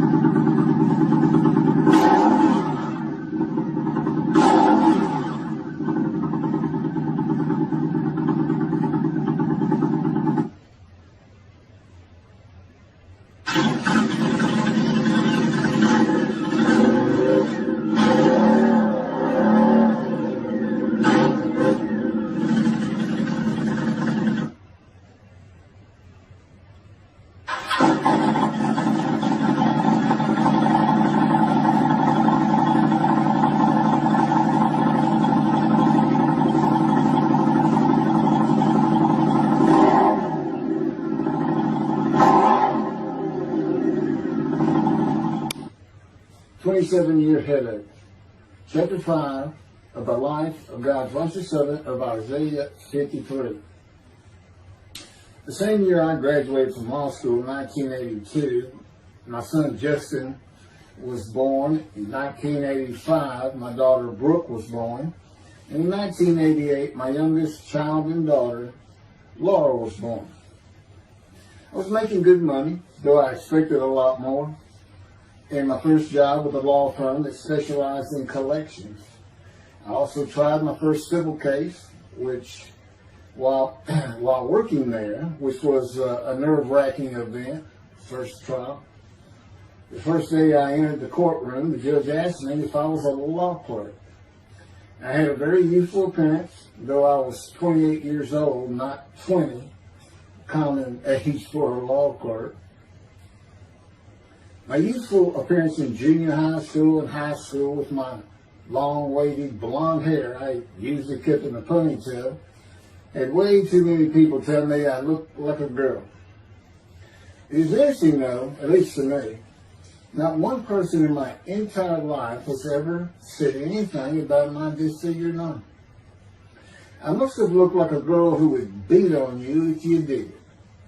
When I got mad, there was no hiding it. You could see it in my face and hear it in my words. When I was 28, Brooke was born. I tried my first civil case, and the bane of my existence on earth began. A never-ending headache that I generally thought to be associated with post-traumatic stress disorder. I had terrible nightmares from my youth, but now I seem to have begun grinding my teeth, causing the temporal mandibular joint, TMJ, to ache terribly during the day, and the whole side of my head, the muscular, I don't know what you call it, but underneath the skin of the skull, was always real tight, a tightening of the muscles. It was difficult to even talk to people at some points. For 27 years I had that headache. I tried everything, even surgery on the TMJ, and another surgery where the doctor severed my upper jaw and then trisected it from my skull and spaced it to fit my lower jaw. All to no avail. I could not stop the nightmares and the grinding of my teeth. Mouth guards helped my teeth, but the pressure was still there.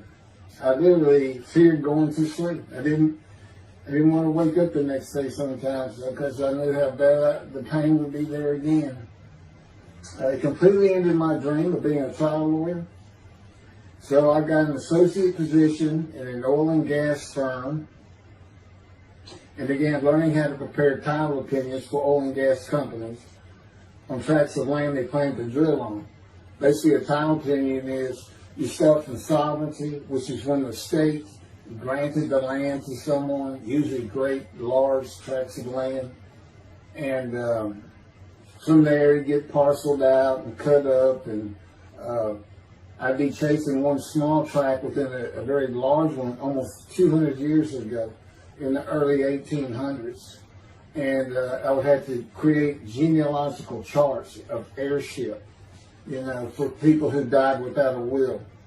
And I had to know who the family members were. And I got very good at it. And I really enjoyed it. I did a small towns throughout Texas and into their courthouses where they would keep all the records of every transaction, of every piece of land in the county. But anyway, there's an awful lot to it. I do go into it in some detail in the book, but I'm not going to for this video.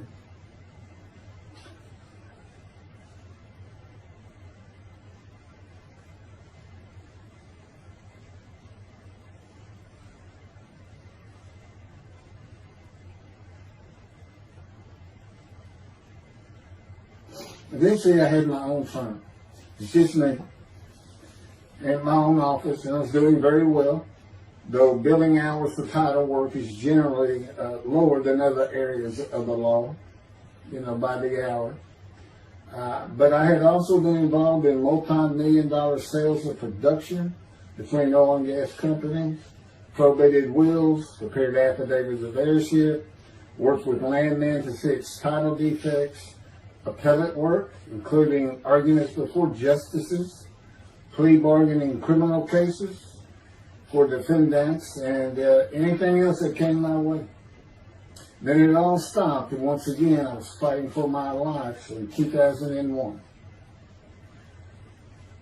This is chapter 6, skin, colon, and lung cancer. Oh, just, God will have me tell you, he gave me those headaches. When he came to me, I stopped having nightmares. He provides my dreams for me now, and often as a learning experience.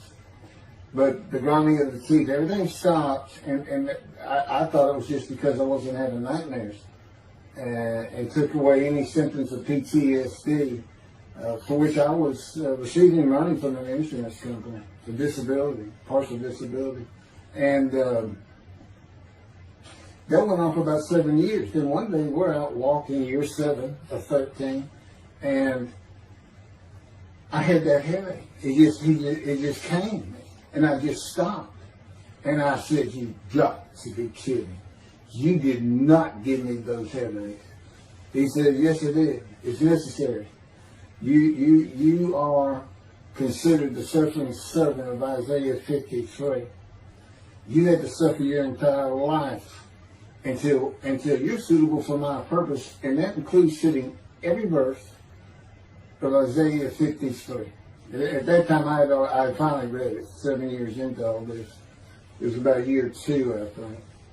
But yeah, he did. And, you know, I ended up taking painkillers left and right and drinking with it, as so many people do. I was able to maintain, you know, my life, my work, and everything, but it was enough to put the strain on my marriage that I pretty much blamed myself for it. And I told him, I did. That's the only time I got hot. Disfigure me, gut shot, those things, they didn't bother me. But I said, you know, you hurt my children terribly with that. Because I became a bad father. I mean, I wasn't the father I could be. I mean, they love me and I love them. We don't have any serious risks. They're off living their lives and they're all doing great.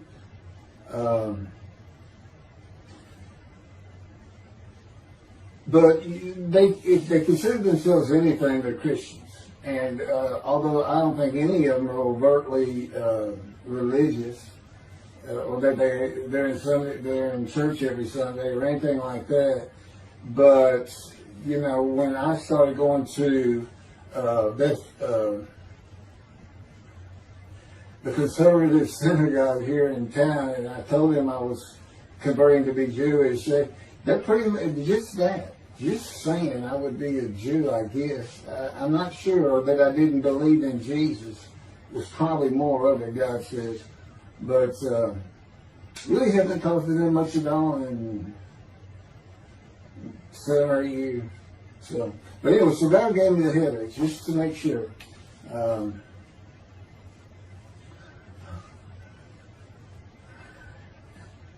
Anyway, I was married to Denise for 18 years, and we divorced in 1997 for irreconcilable differences.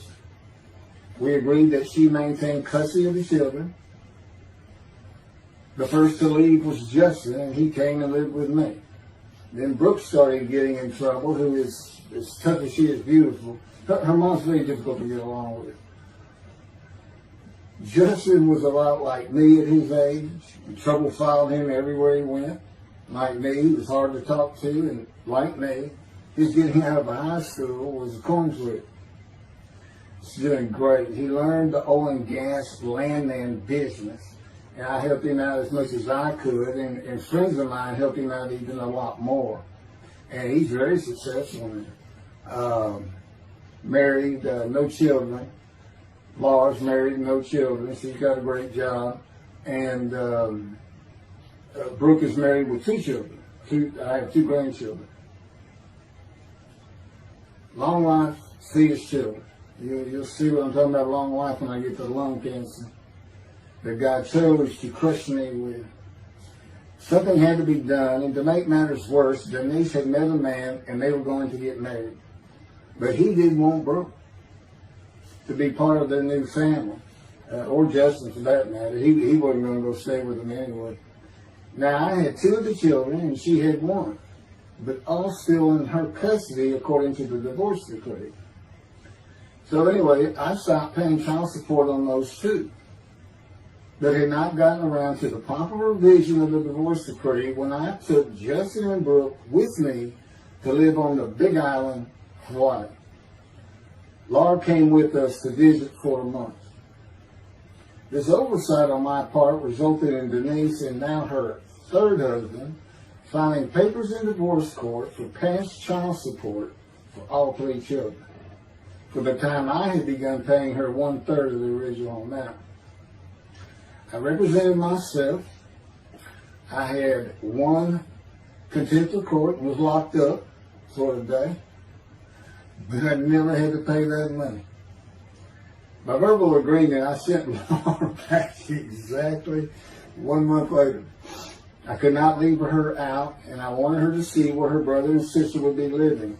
They were all so close and protective of each other, and still are to this day.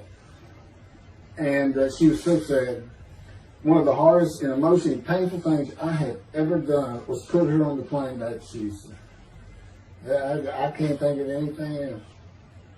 The backdrop to moving to Hawaii was my firm was in dire need of new work.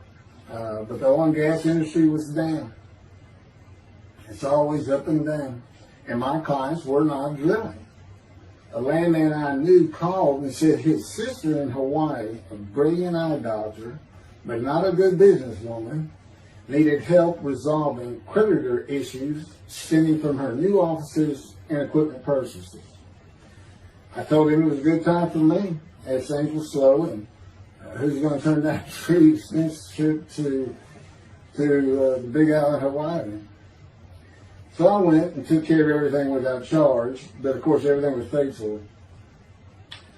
When I came back to live in Hawaii at the urging of the doctor that I had helped, who did not like the look of an abrasion on my chest, and it had been there for years, I was examined by a friend of hers, and it was cancer. I don't remember what the doctor called it. He removed it in surgery with a 6-inch diameter circular cut, and it was not malignant. I could practice in just about any area of the law, and all I had to do was pass the Hawaii bar exam, one of the toughest in the nation. While studying for the bar, my body, all at once, in a moment, told me something bad was wrong with me. I had been running, swimming, and riding my bike everywhere I went, letting Justin have the car, and had been feeling good and strong. In a moment's time, I was weak and sick while grocery shopping, and there was a pain in my belly and my abdomen. I did not know it, but a large tumor in my colon had burst through my colon, and I was bleeding internally. I did not go to a doctor, which I guess is my nature. That, and I did not have medical insurance. Anyone asking anyone for help unless things were at a critical stage, such as a bullet wound, was something I couldn't do. There's all kinds of personality disorders. I thought surely it would pass, and decided to just give it time and bear up to the abdominal and belly pain. I continued studying and took the Hawaii bar on Oahu and Honolulu in the summer of 2001. I had lived in pain for so many years from my headache, and passing the bar was so important. I just kept going day by day. Pain was getting worse, and but I kept exercising. It's the only time I didn't focus on the pain. I had always been a fast healer, and I thought in any day it would just go away. I finally could no longer take it. Brooke, it turns out, was in Houston visiting with her mom, and I left Justin at our little, we called it the little green shack. It wasn't much to it. We weren't there very often, really, except to sleep. And went to Houston to find a doctor for diagnosis, staying at my parents' townhome, which is where I'm at now. I had allowed my major medical insurance to lapse using premiums for child support when things had gotten lean. I just needed someone to tell me what was wrong. I would find a way to take care of whatever the diagnosis was. Early September, I was close to dying, lying on the floor of a dingy apartment of a friend who traveled for work. I could no longer get up to even try and get medical help. And I had not told anyone how bad it had become. Then the planes hit New York. Seeing how grief-stricken so many relatives were on the news, I began to think for the first time how awful my children would feel when they found out how and where I died all alone. So I asked my father, again, it's hard for me to ask people for things, for the money to pay for a colon examination that had been suggested by a doctor at one of those clinics you find in a strip mall, the only places I could afford. The doctor who performed the colonoscopy finally found what was making me so ill and unable to eat. A malignant tumor 6 to 8 inches long that had burst through my colon and I was bleeding internally. You know, I come out of anesthesia, partial anesthesia, and he's holding this picture, and it's this great big purple blob. He said, I couldn't get the scope past this. It's not a good way to wake up. To say it crushed me in my life is an understatement. The pain, the weight loss, inability to eat, all I could do was drink calorie drinks. Began about 4 months before the colon examination. That was 4 months of sheer pain. But as it turns out, I did pass the Hawaii bar exam. It was now early October 2001. The doctor told me, look, you don't have insurance. Go to Bentop Hospital. That's the hospital I went to when I got gut shot. Gunshot. I prefer gut shot. It sounds good. Good, man. And he gave me the picture from the procedure showing what he could not get the scope past. He's shaking his head and saying, you should have come in this early. So I went to Bentop thinking I was here in 75 on October 5, dying, but I did survive. And here I am again on the first week of October 2001. I showed the pictures to the admitting nurse.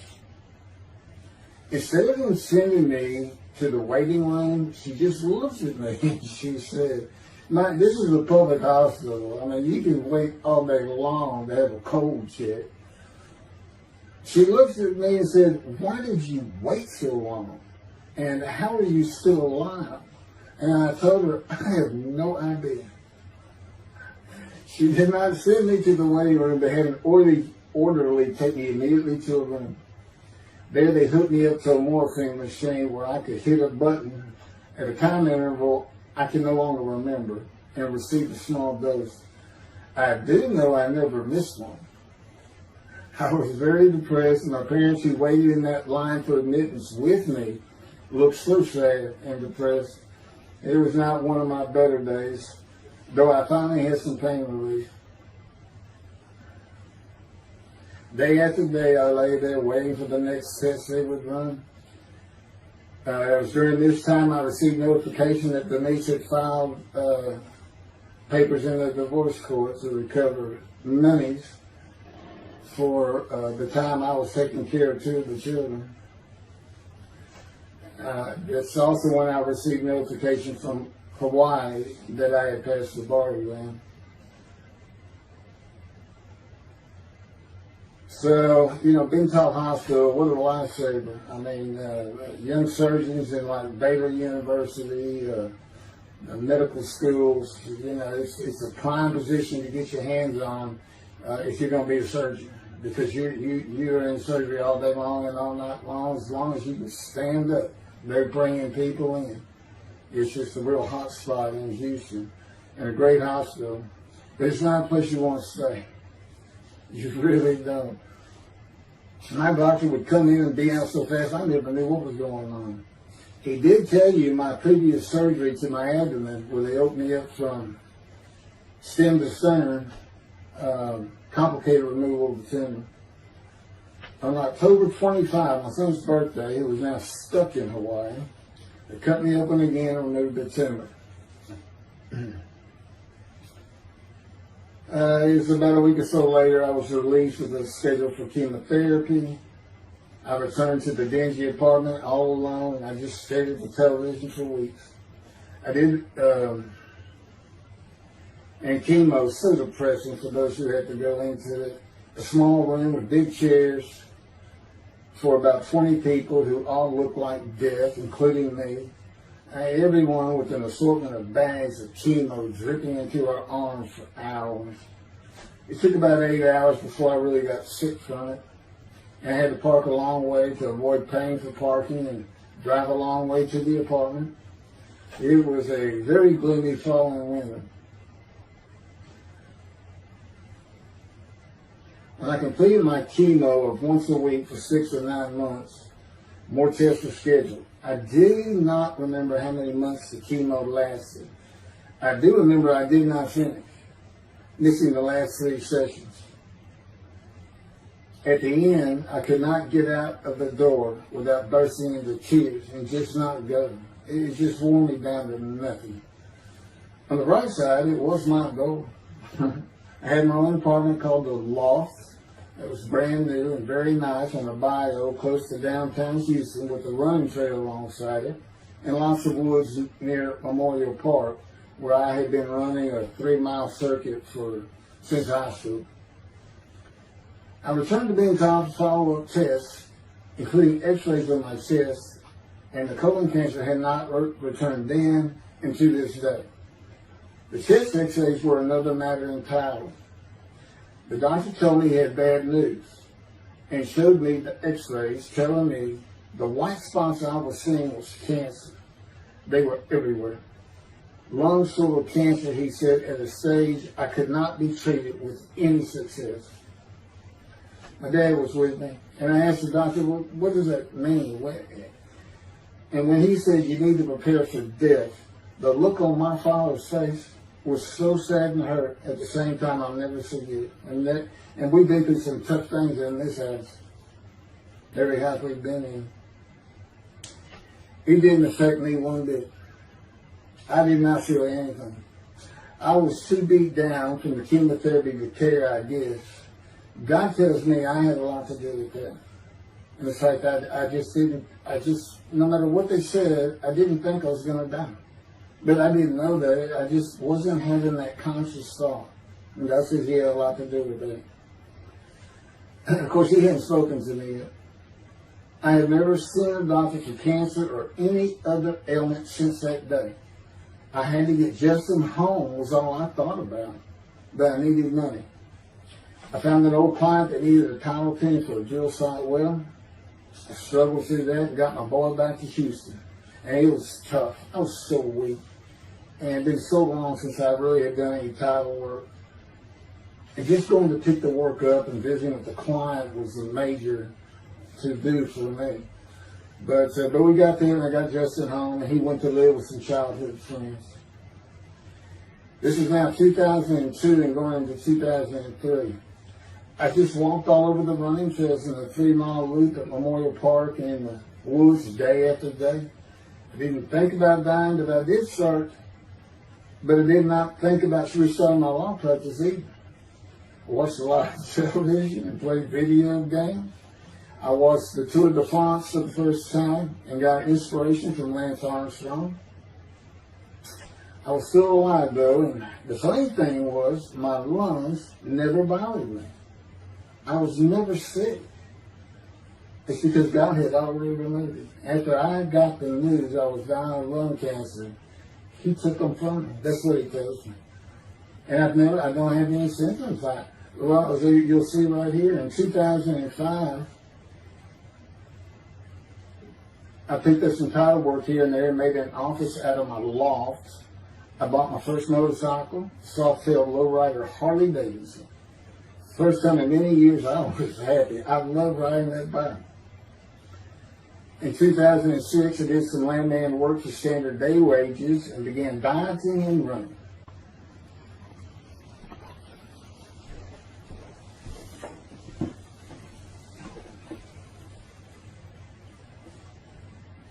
Once again, my camera only goes for 29 minutes and 59 seconds, and I'm going to back up just a little bit.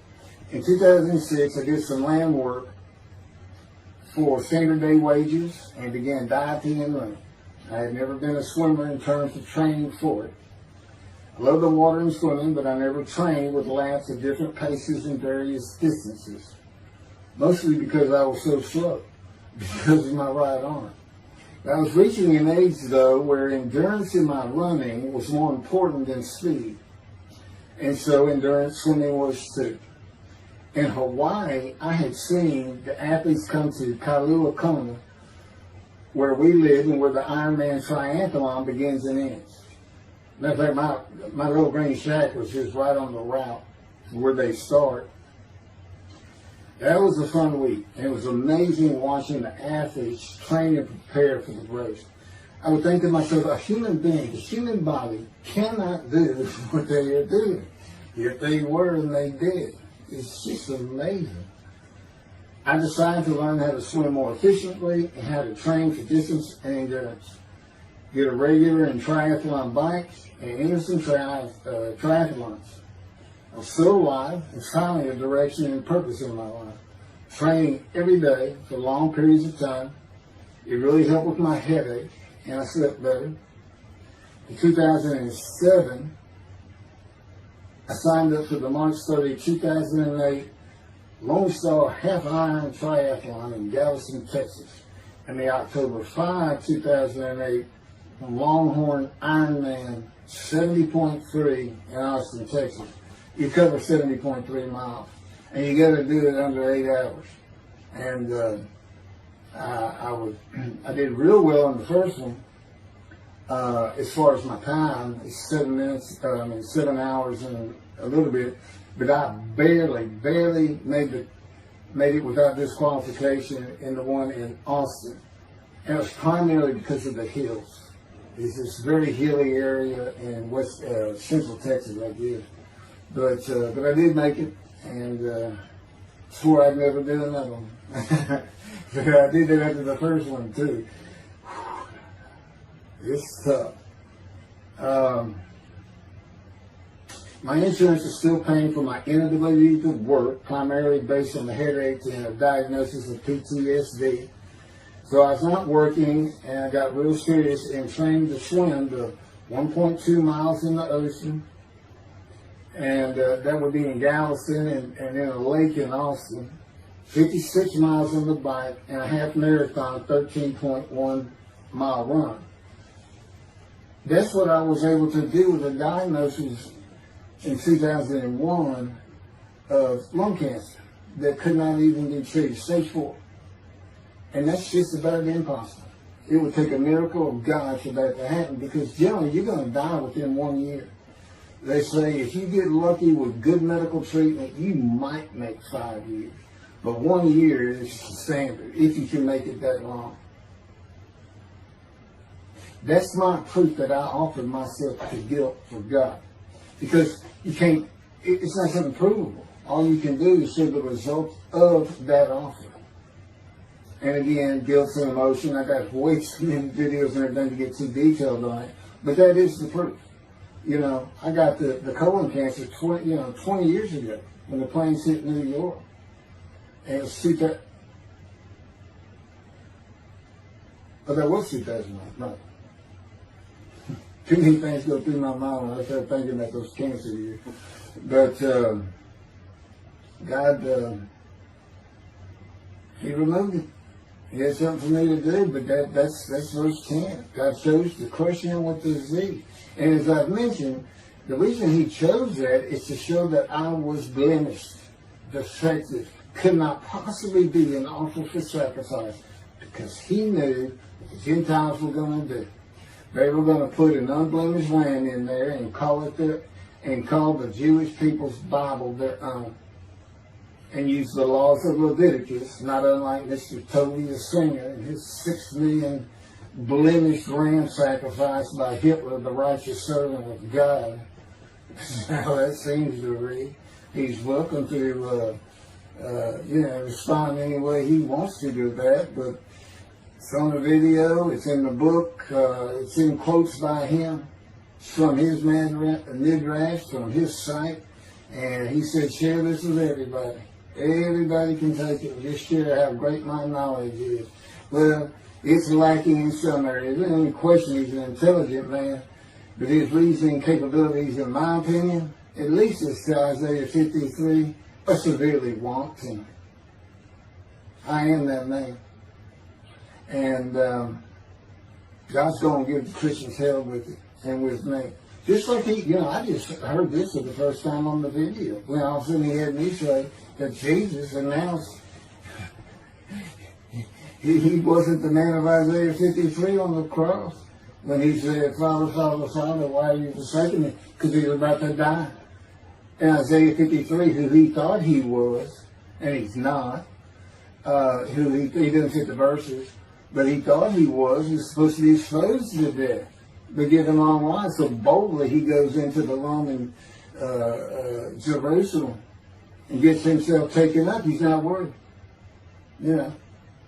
Delusional, yeah, maybe. But as far as I'm concerned, he's nothing but a story. He never existed. And the story starts with the Essenes of the Red Sea Scrolls and the teacher of righteousness. Real quick, I'll go over that. Here's the thing. Their founder is called the teacher of righteousness. Okay? They were great followers of Isaiah. They had the great scroll of Isaiah. They're prolific writers and copyists. They had their own gate at Jerusalem. The Essenes gate. Now, the New Testament never mentions them. You got Pharisees, Sadducees, Essenes, but they never mention an Essene. And Jesus, quite frankly, would have been one of them.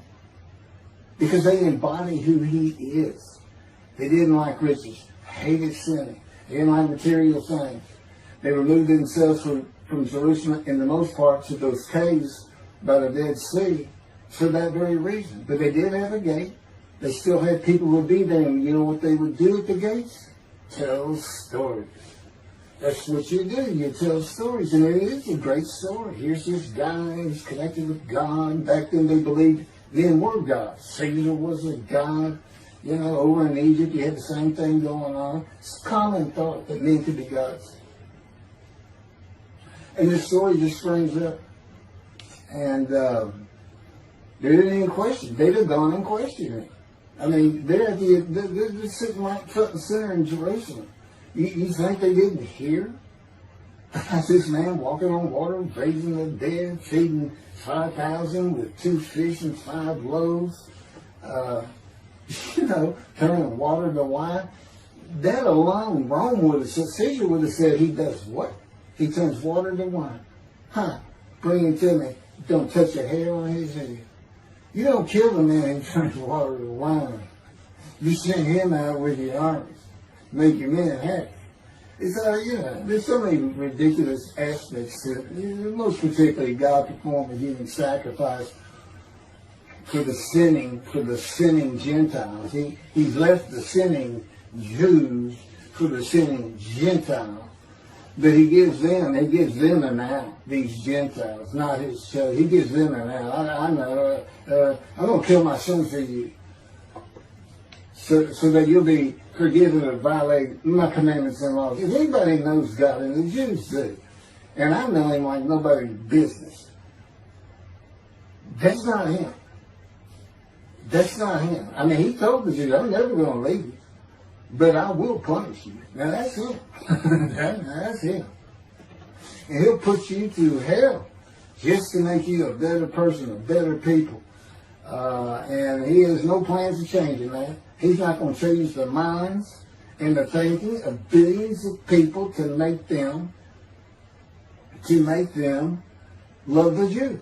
He's just not going to do it. And the practicality is, he didn't create man for him to even be able to do that. Now, he could have created humanity where he could do that. He could change the mind of everybody at the same time. But I'll tell you on this, he's been working on my mind for 13 years. It was one brutal compromise. It's a very one-on-one affair. Now he says, now I could just kill everybody. Now that's easy enough. That's easy. I could just kill everyone, but He said, that's not, it's all about this. You got to know how to read the Bible. It's written for antiquity first, and the Dark Ages, and then the Age of Enlightenment. I mean, basically he's saying you've got to go back over it. You've got to check these guys. You've got to check Rambam and his speech. God's going to make the world speak Hebrew. Or, they will be able to hear. So you got to check some of this stuff. And I read Rashi's, I went to his Isaiah 53 main reaction. All I can say is very unimpressed. I seen what he has to say in Malachi. He didn't pick up on any of this. He didn't know what the angel of the Lord is, the angel of the covenant that you desire. He doesn't know how Moses goes by a burning bush is not consumed. The angel of the Lord is in there, and God speaks. I do. To me, it's just like, well, you just get some basic concepts, and all of a sudden, and quite frankly, it'll open up the scripture to the Jews. They can put the Talmud aside for a little while. But I will say this. God says, if you can study it, study it. There's all kinds of great things in it. Just be real careful about what you teach from it. And it's useful for heaven. If you like to talk about Talmud as a scholar with other Jews, who may very well be in scroll remembrance with you, you can meet up with them. You'll see them in the meeting places, have them over to your room. Y'all can watch the new earth being created and the new peoples of God chosen, and watch the evolution of the chosen people. And humanity, the same as this one. God says, why would I change it? Why would I change it? When I did it, it was perfect. And you can tell Mr. Singer that the evolution that he's talking about, where all of a sudden the world's going to love the Jews, been going on for over 3,000 years, and it hadn't even. And today, anti-Semitism's up, and David is here. It's not going to happen. Thank you very much. I will be doing. Was that 5 and 6? Yeah, that was 5 and 6. Now the book picks up at chapter 7. It's on a video when God first speaks to me, and it's very interesting. And we'll still be putting some videos back. But I've pretty much covered all the major material, everything from Isaiah 53, the day of the word, Lord. There's a few more things, and it's a better read than it is a video watch. But for those who like to read, but it's covered very well in these videos. And now that I put in the personal part in, which is to show how I said Isaiah 53, and you see the difference in my life. Now that's a life of suffering. That's a life of pain. That's a life of familiar with disease. They say, gee, when he died on the cross, he was scourged. He was scourged, and this and that. Do you know how much he suffered in his life? I mean, he's not even in the conversation as a man of suffering. He's not in the conversation. Thousands and thousands and thousands of people died horrific deaths back then, and by crucifixion. It's not the only one. This is descriptive of a man and his life, so you can find him, identify him. And what did he do? He never suffered. He was never sick, ever, until the last day of his life. 30 years old, he got one baby under his belt of pain and suffering. To me, that's not, you're not even in the conversation. I mean, that's nothing. That's not even suffering. That's just, you have a bad death, sorry. You got whipped first. You got whipped. One gospel says that the scourging was an open-handed slap to the face. Now, the other three do say scourge. But then and then every movie you see, he's carrying that cross. He's all whooped up and bleeding, this and that. He carries the cross in one gospel only. In the other three, it's carried for him. And then he's on the cross, and what does he do? Father, Father, why have you forsaken me? And then the gospel says, one of them, and then he gave up the ghost. He gave up and died. I laid in the back of the ambulance for 8 hours, doing everything I could in my power to stay alive. Just gave up the ghost. There's another video where we make that a little bit more humorous. Anyway, thank you for listening, and I guess that's it. Thank you.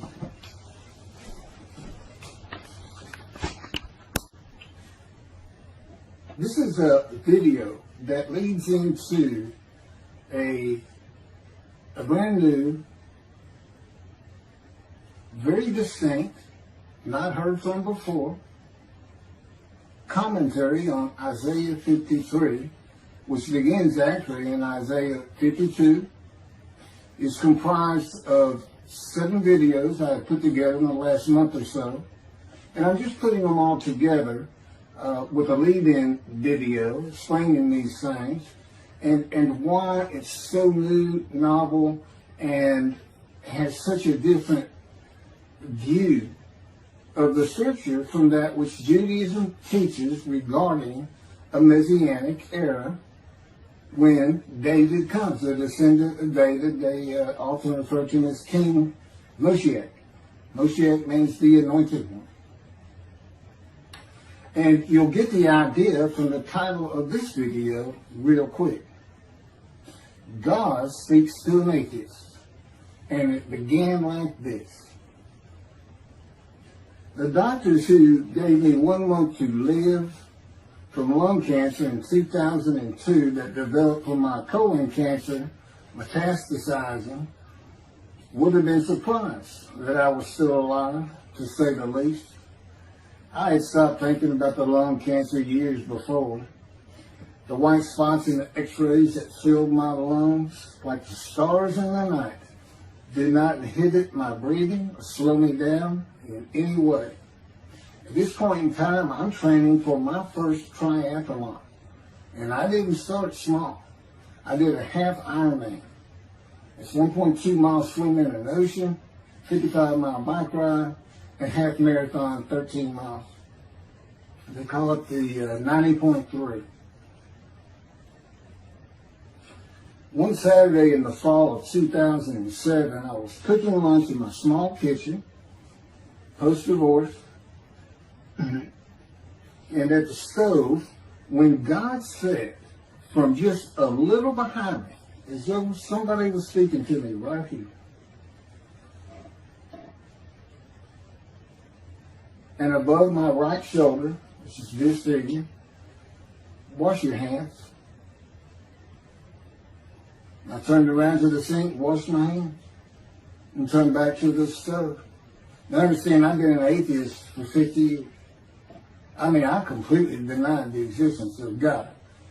And then from right here, a small, quiet voice, like an account they have with Elijah at the cave, said, wash your hands.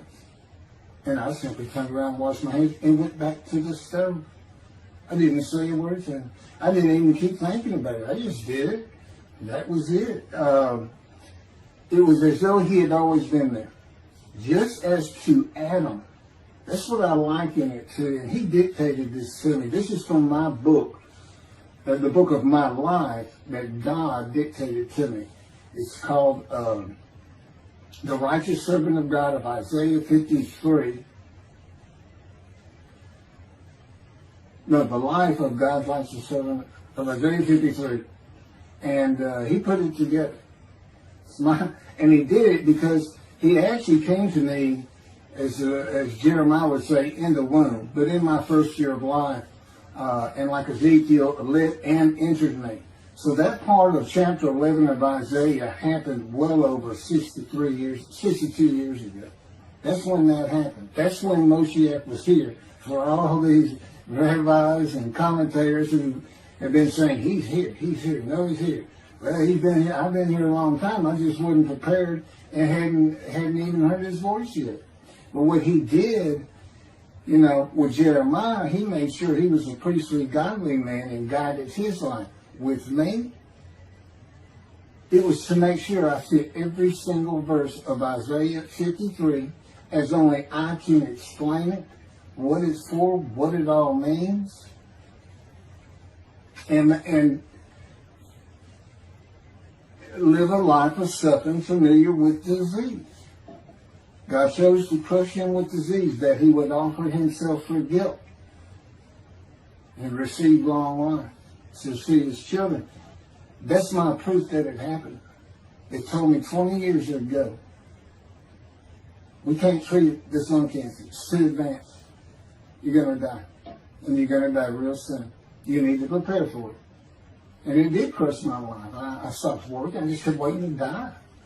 And I didn't die now. I'm training at this point in 2007. I'm training for a triathlon. I finally said, the heck with it all. And that's the proof.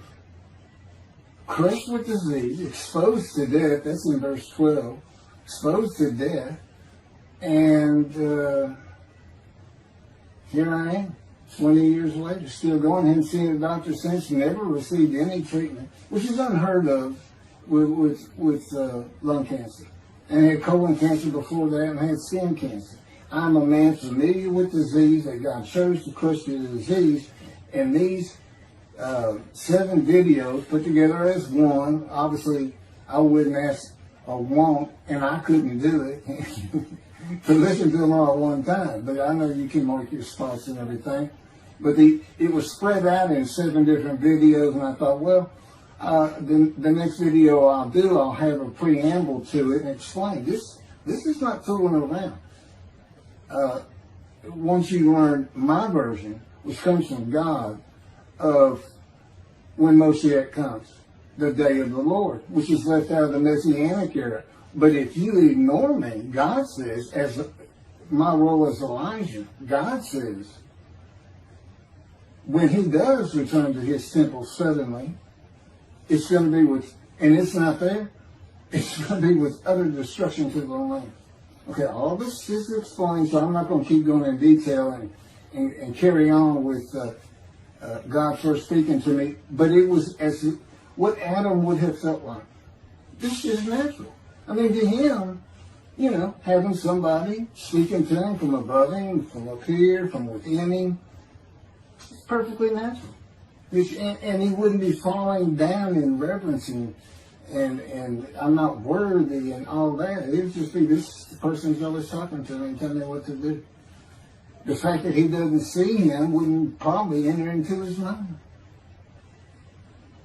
This, you know, this is the natural order of the world for Adam and me, particularly today, 13 years later.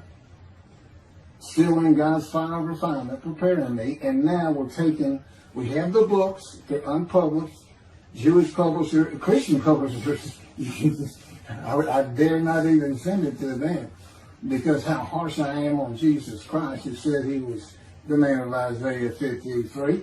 And it's because of him I had to get crushed with cancer. That's what that's all about. God doesn't have to crush you to make you offer yourself for guilt. He just seized Ezekiel and put him through the fire of refinement, the anguish of it, and sent him off to be a prophet to the Assyrian, Babylonian exile, of which he was one, actually. The book of Ezekiel is the key to Isaiah 53.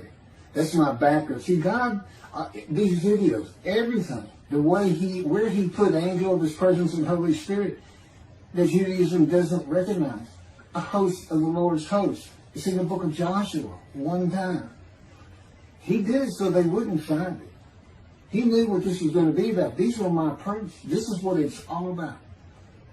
He set it up for me to be this controversial. You just got to take the Messianic era of Judaism and toss it out the window. And you'll understand why, when God has me explain it to you, he controls everything I do, think, and say. Finishing preparing lunch and ready to watch a Texas A&M football game, I headed to the living room and God said, "Get a napkin." I turned back to the kitchen and got a paper towel. Sitting on the couch from about the same place.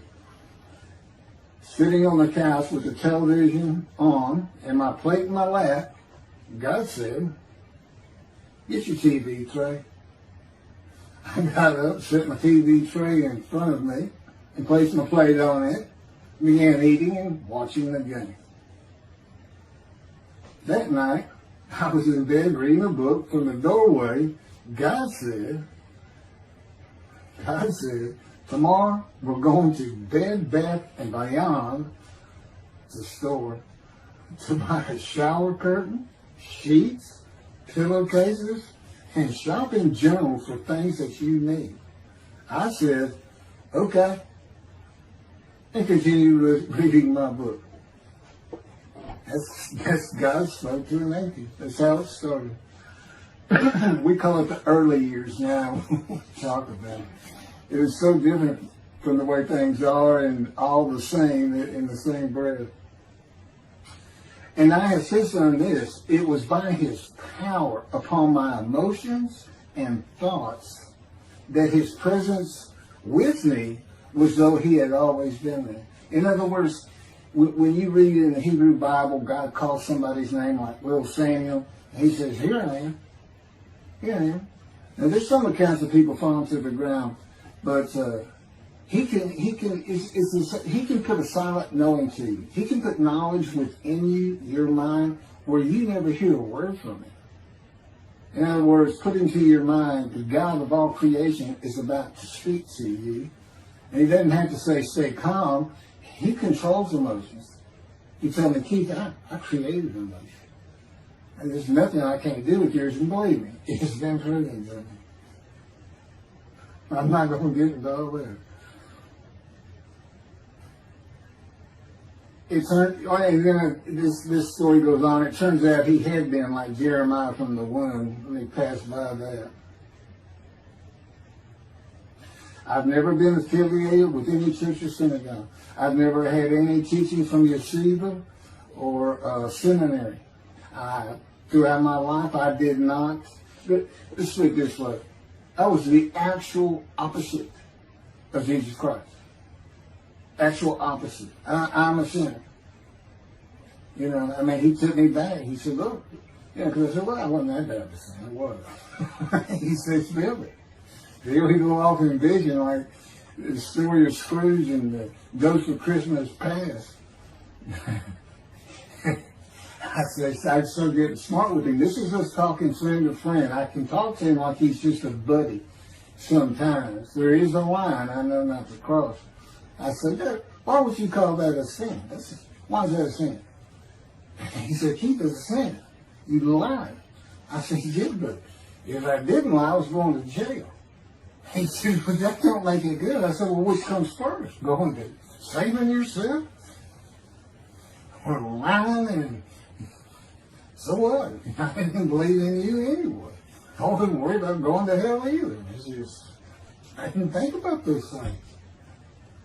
He told me, man, I didn't let you. That's why I was with you from the get-go. He wanted me to be fresh. No preordained, settled in thoughts and beliefs on anything.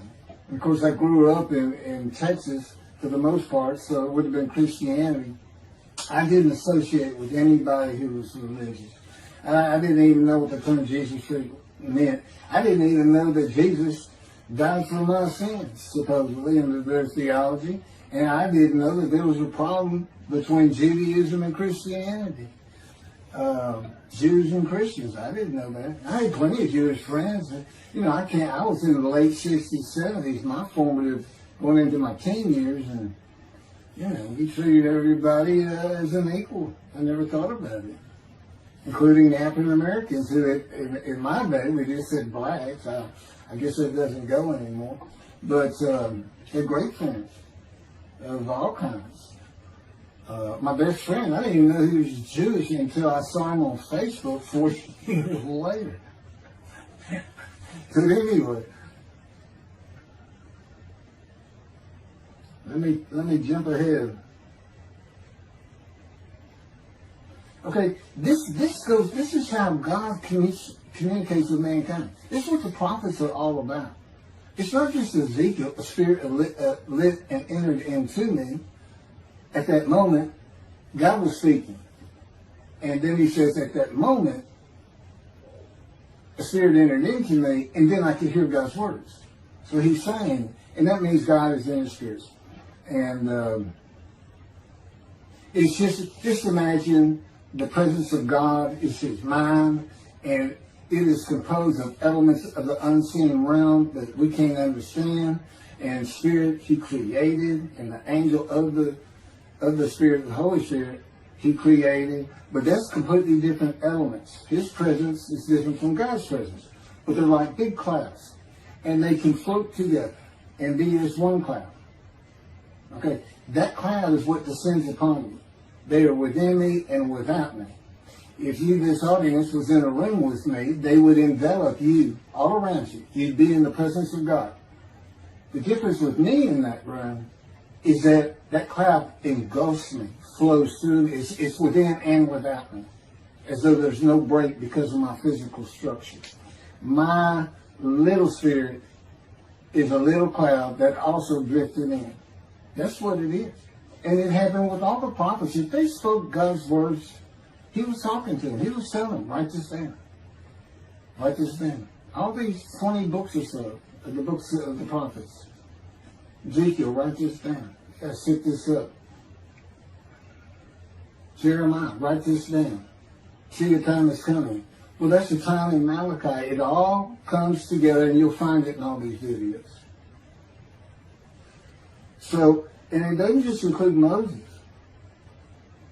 and the prophets. The man who wrestled with Jacob. Jacob says he wrestled with a man in divine beings. But, you know, Judaism doesn't acknowledge the Holy Spirit's a person, which is beyond belief, because there's so many references that this is clearly a person, the angel of his presence. But it's just God going to a man saying, hey, wake up, I'm the God of this land. See this man over here sleeping? His name's Jacob. He's got his head on a rock. Go jump on him, start wrestling. Don't worry about him. I'm gonna orchestrate the whole thing. You'll be fine.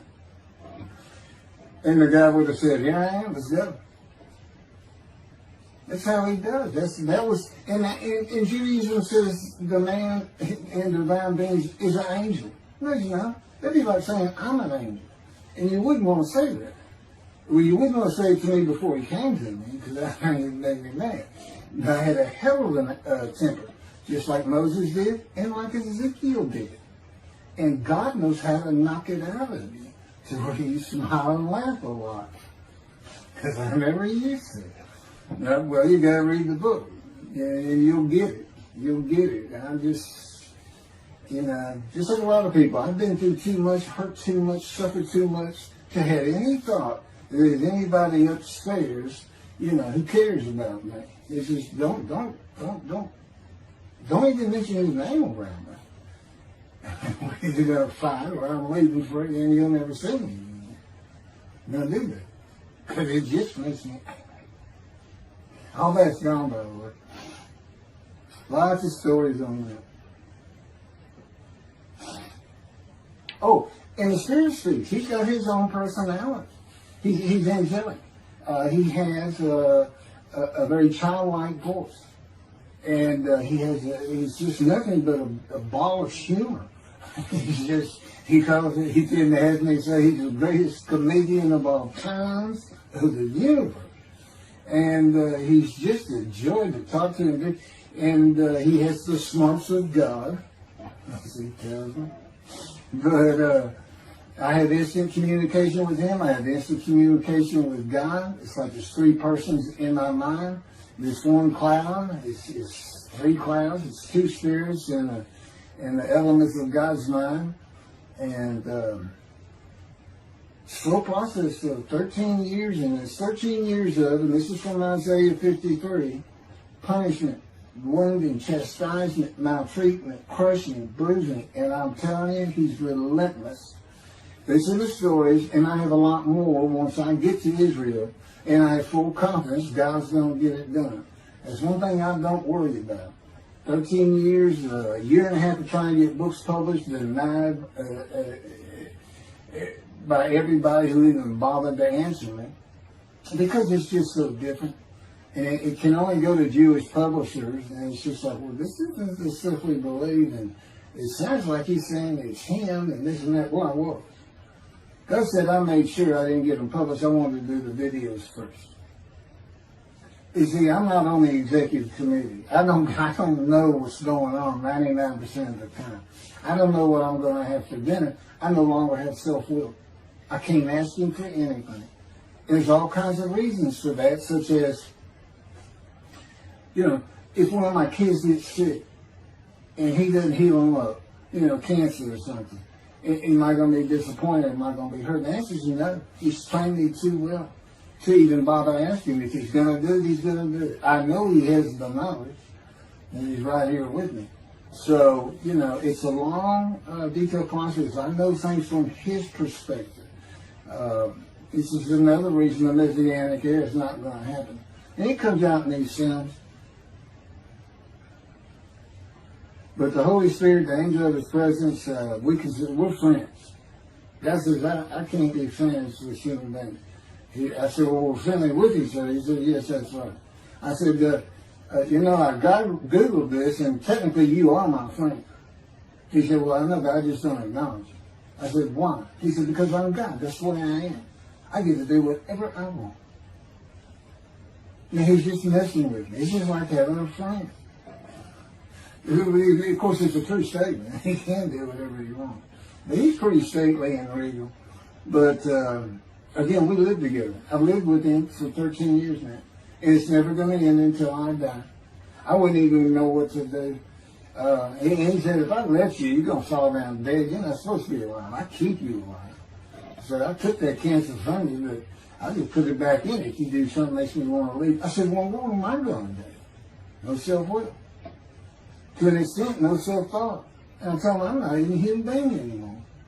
He said, well, what are you? I said, I don't know. I'm a man and divine being, but I'm not a human. I don't have self-will. That's what distinguishes a human being from the animal. He said, but I'm being the human for you. I'm providing you self-will. So you do, in a way, have it. So you're still a human being. I said, well, I'm dead. He said, why are you dead? I said, because it's like my brain's not connected to my spirit anymore. It's like you're sending all the information in. And that's about heaven. I haven't lived the existence in heaven as to my thoughts, because in heaven you won't have a mind. The heaven for the Jewish people only, I might add. You won't have a mind. God got to provide it for you. He's got to be you for you as a completely new and different creature. Still you. It's a very amazing story on how that does. And I'm taught all these things and literally experiencing, not only in the real, but in visions. I've had more visions than, you count every single vision in the Hebrew Bible and the New Testament. I've had easily double that. And I'm a walking visual. God's communication, and this actually shows up in the story of Moses. He won't let me tell right now. But he puts images in your mind. Instead of saying a sentence, you get something in your mind, a picture. Anyway, I call it visuals. And you can be wide awake for those. And I can be in vision wide awake. Okay, so we finished our shopping. Shower curtains and everything. And God said, let's go to the bookstore and get you a Tanakh. To which I replied, well, what's a Tanakh? I didn't Hebrew Bible, okay. Well, I know the Holy Bible, the New Testament and Old Testament. And on we go. I'm starting to learn for the first time. At Barnes & Noble's, we looked at all the Hebrew Bibles and purchased the Jewish Publication Society's Tanakh, the Holy Scriptures, which is a translation that began in 1956 and was published in 85. And then he spent 30 years on the Leningrad Codex, the oldest Hebrew Bible in existence. They started from scratch. I hear these rabbis and people saying, well, I know what these translations are. This and that, and this, and God says, just go with the JPS. They hit it right just about every single time. I've only found one thing that I don't understand how they miss it. But it's in 53. This is the 1985 edition. That's the best translation you can get out there. And I don't just hear God speak to me. His presence is heavy. And I'm also, it says he pinned Ezekiel's arms behind his back with his cords of power. And by his cords of power, Ezekiel could not leave his house. That's in Isaiah 53. He took him from the land of the living. Took him from society. The man of Isaiah 53 lives, so he's taken from society, but that doesn't, from the land of the living, that doesn't mean he died. And there's no crucifixion in 53. So You start to see how Ezekiel is so important in this. And that's where you find out about the covenants of friendship that come with God in the day of the Lord when Moshiach comes. Again, you don't hear anything about it in this Messianic era. I'll tell you this. I think the Jewish people are going to like this better. I think throwing out all that rubbish Judaism has been teaching from back in antiquity, that's where they're stuck, and see what's really going to happen with God coming back, a man in divine being, with the capabilities of Moses, Elijah, the descendant of David. All their attributes, okay, are in me. I can be each and every one of them, and I can be all four of them at one time. And God can speak to me. So, it's going to be fun, and he wants his temple rebuilt. That's the purpose of Isaiah 53. It says, a purpose which might prosper of God. But it doesn't tell us what the purpose is. Well, we find it in Malachi 3. I'm sending my messenger before me to clear the way for me, and I shall return to my temple suddenly. But the covenant that comes with David says, I'm going to place my sanctuary amongst you. He already knows it's not going to be there. And then we have Elijah in Malachi 3. Well, he's got a purpose that might prosper. And if it doesn't, God comes with utter destruction to the land. And again, you don't hear it with the Messianic era. Utter destruction to the land. There's 7 million Israeli Jews. How can you not read that and go, that sounds an awful lot like, I'm going to raise up armies against you. You just ignore that. Well, anyway, we're going to see stuff. And the purpose that might prosper, I never believed that. I think that just hooks the man of the righteous servant of God of 53. I think that puts him with, he's got the same purpose as Elijah. Elijah's supposed to bring the families back together through the laws and teachings God gave Moses, or being mindful of them. That's the new covenant. It's an amendment. It's an amendment that also has a new inclusion of sin forgiveness. Over the last 63 years, God's presence has resided in Texas, Louisiana, Florida, and Hawaii. And he is more than ready to return to his land, Israel. Because wherever I am is where his presence is, and those are all the different states I lived in over this time period. Wherever I go. As a matter of fact, if you see me in Israel down at the old city or down at Tel Aviv, you can turn to your friend and say, hey, I know where God is. I said, really? I thought he'd have left. Some people say he died. I said, no, you see that guy over there? He's all around that guy. And some say inside too. That's what it's going to be like. God said, when we get to Israel, we're never leaving again. I said, I wanted to see Great Britain. He said, it's like, did you just ask for something? I'm like, oh. Yeah, that's good. I hope I fry if I hit the border and cross over. I hope I just burn up, bust in combustible flame. But anyway, that's where he wants to be. And I'm assured he's going to get there. This purpose that might prosper, again, I think it just shows the purpose of the righteous servant and a purpose of Elijah. Because he knew I was going to be teaching. There's only, in the day of the Lord, as you would imagine, he wants to have all the prophecies fulfilled, be done with the prophecies. And there's only a handful, 4 men to come that we've never seen. The descendant of David, prophet like Moses, Elijah, and of course the righteous servant. We only have one description. Even the sages knew you got to have a description of the descendant of David. It's Isaiah 53.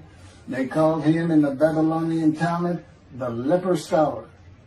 You'll see me referencing it on just about every video. In other words, I'm saying, look, it's not Jesus, it's not the people Israel is taught today. It's this guy from the Talmud that just hadn't come yet. You just didn't know, didn't have a name that fit the description. Well, you do now. And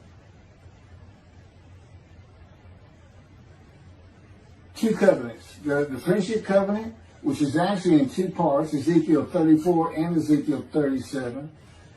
One part of which is, I'm going to put my sanctuary amongst my people. And the other part, interesting enough, has to do with the land blooming again, which is Jeremiah 31. See, a time is coming, the land will bloom again. See, a time is coming, the cities after desolation of many years, 2,000 plus actually, will be restored in Jerusalem rebuilt. And the Jews shall never be defeated again. Okay, now we just talked about utter destruction, likened to armies being raised. But here it is in this friendship covenant, in this, Jerusalem being rebuilt. If that's done, then you'll never be defeated again. So, you look at it and go, well, there's kind of a problem between those two. And what I think it means is he's going to get the temple built now that Jerusalem's been rebuilt and he's come. That this might prosper because, it kind of gets you. So what is the purpose of God might prosper? Who thought you could do everything? And he said, well, in large part, my people got to listen to you. They got, especially the rabbis, they never listen to my prophets. They're all full of themselves. And they know everything. Well, he starts getting angry. And see, that's not good for me.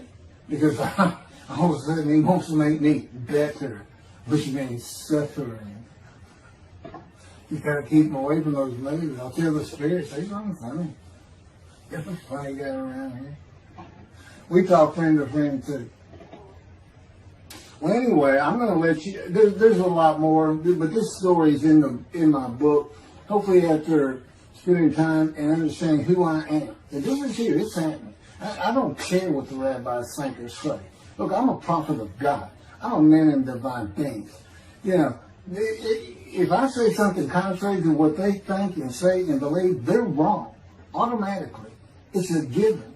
Because God is telling me all these things. It's His book. They're wrong automatically. And He is livid that I'm having this problem with Isaiah 53 being the people Israel. Well, it's in the videos, but you ought to see the arguments they really put back before that for Isaiah 53:10 and other verses. Rabbi Tobias Sangravis, Judaism, he went Christian. The Christians went to the laws of Leviticus, animal sacrificial laws, and said Jesus is the unblemished lamb. That's why, and they're using, Leviticus where you could offer a lamb and for unintentional sins, but nevertheless, they turned it into he was a human sacrifice, which he says himself.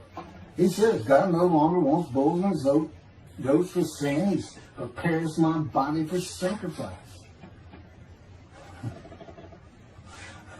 He's human sacrifice, and God made the sacrifice to Gentiles so they didn't have to obey His commandments and laws. From an atheist who comes in with no religious background, I read that and I look up face to face with God wherever He is at that moment. And I say, you got to be kidding me. People believe this? He said about 2 billion right now. So I'm not going to bother trying to tell you how many there's been in 2,000 years. God made a human sacrifice to me so I can go to heaven and I can go kill somebody if I want to. I can go run for, I can go beat my wife and my kids. I accept Jesus again. God was teaching me the New Testament, and this guy at one of these mega churches came to me and says, if you do accept Jesus Christ, you're not just forgiven of all sins that you have committed. You're forgiven of every sin you're going to do in the future. I said, really? He said, yes, really. He said, Jesus knows you're going to do it, and He already forgave you. I said, what? Okay. So, if you're a Christian, you can just sin all the time, because Jesus knew you were going to do it. I hadn't actually heard that taught, but that's the effect of it. Okay. This year in Jerusalem. Enjoy the books. Don't try to listen to the video. Don't try to watch them all at one time. But what I did is I put them together for you in the order they should be. And I just thought it'd be easier. And we're kind of coming to the end of our videotaping for a little while, it seems like. Again, I'm not on the executive committee with God and His Spirit. I never really know what we're going to do next. And the books are at keithmccarty.wordpress.com. You can find that on my YouTube channel.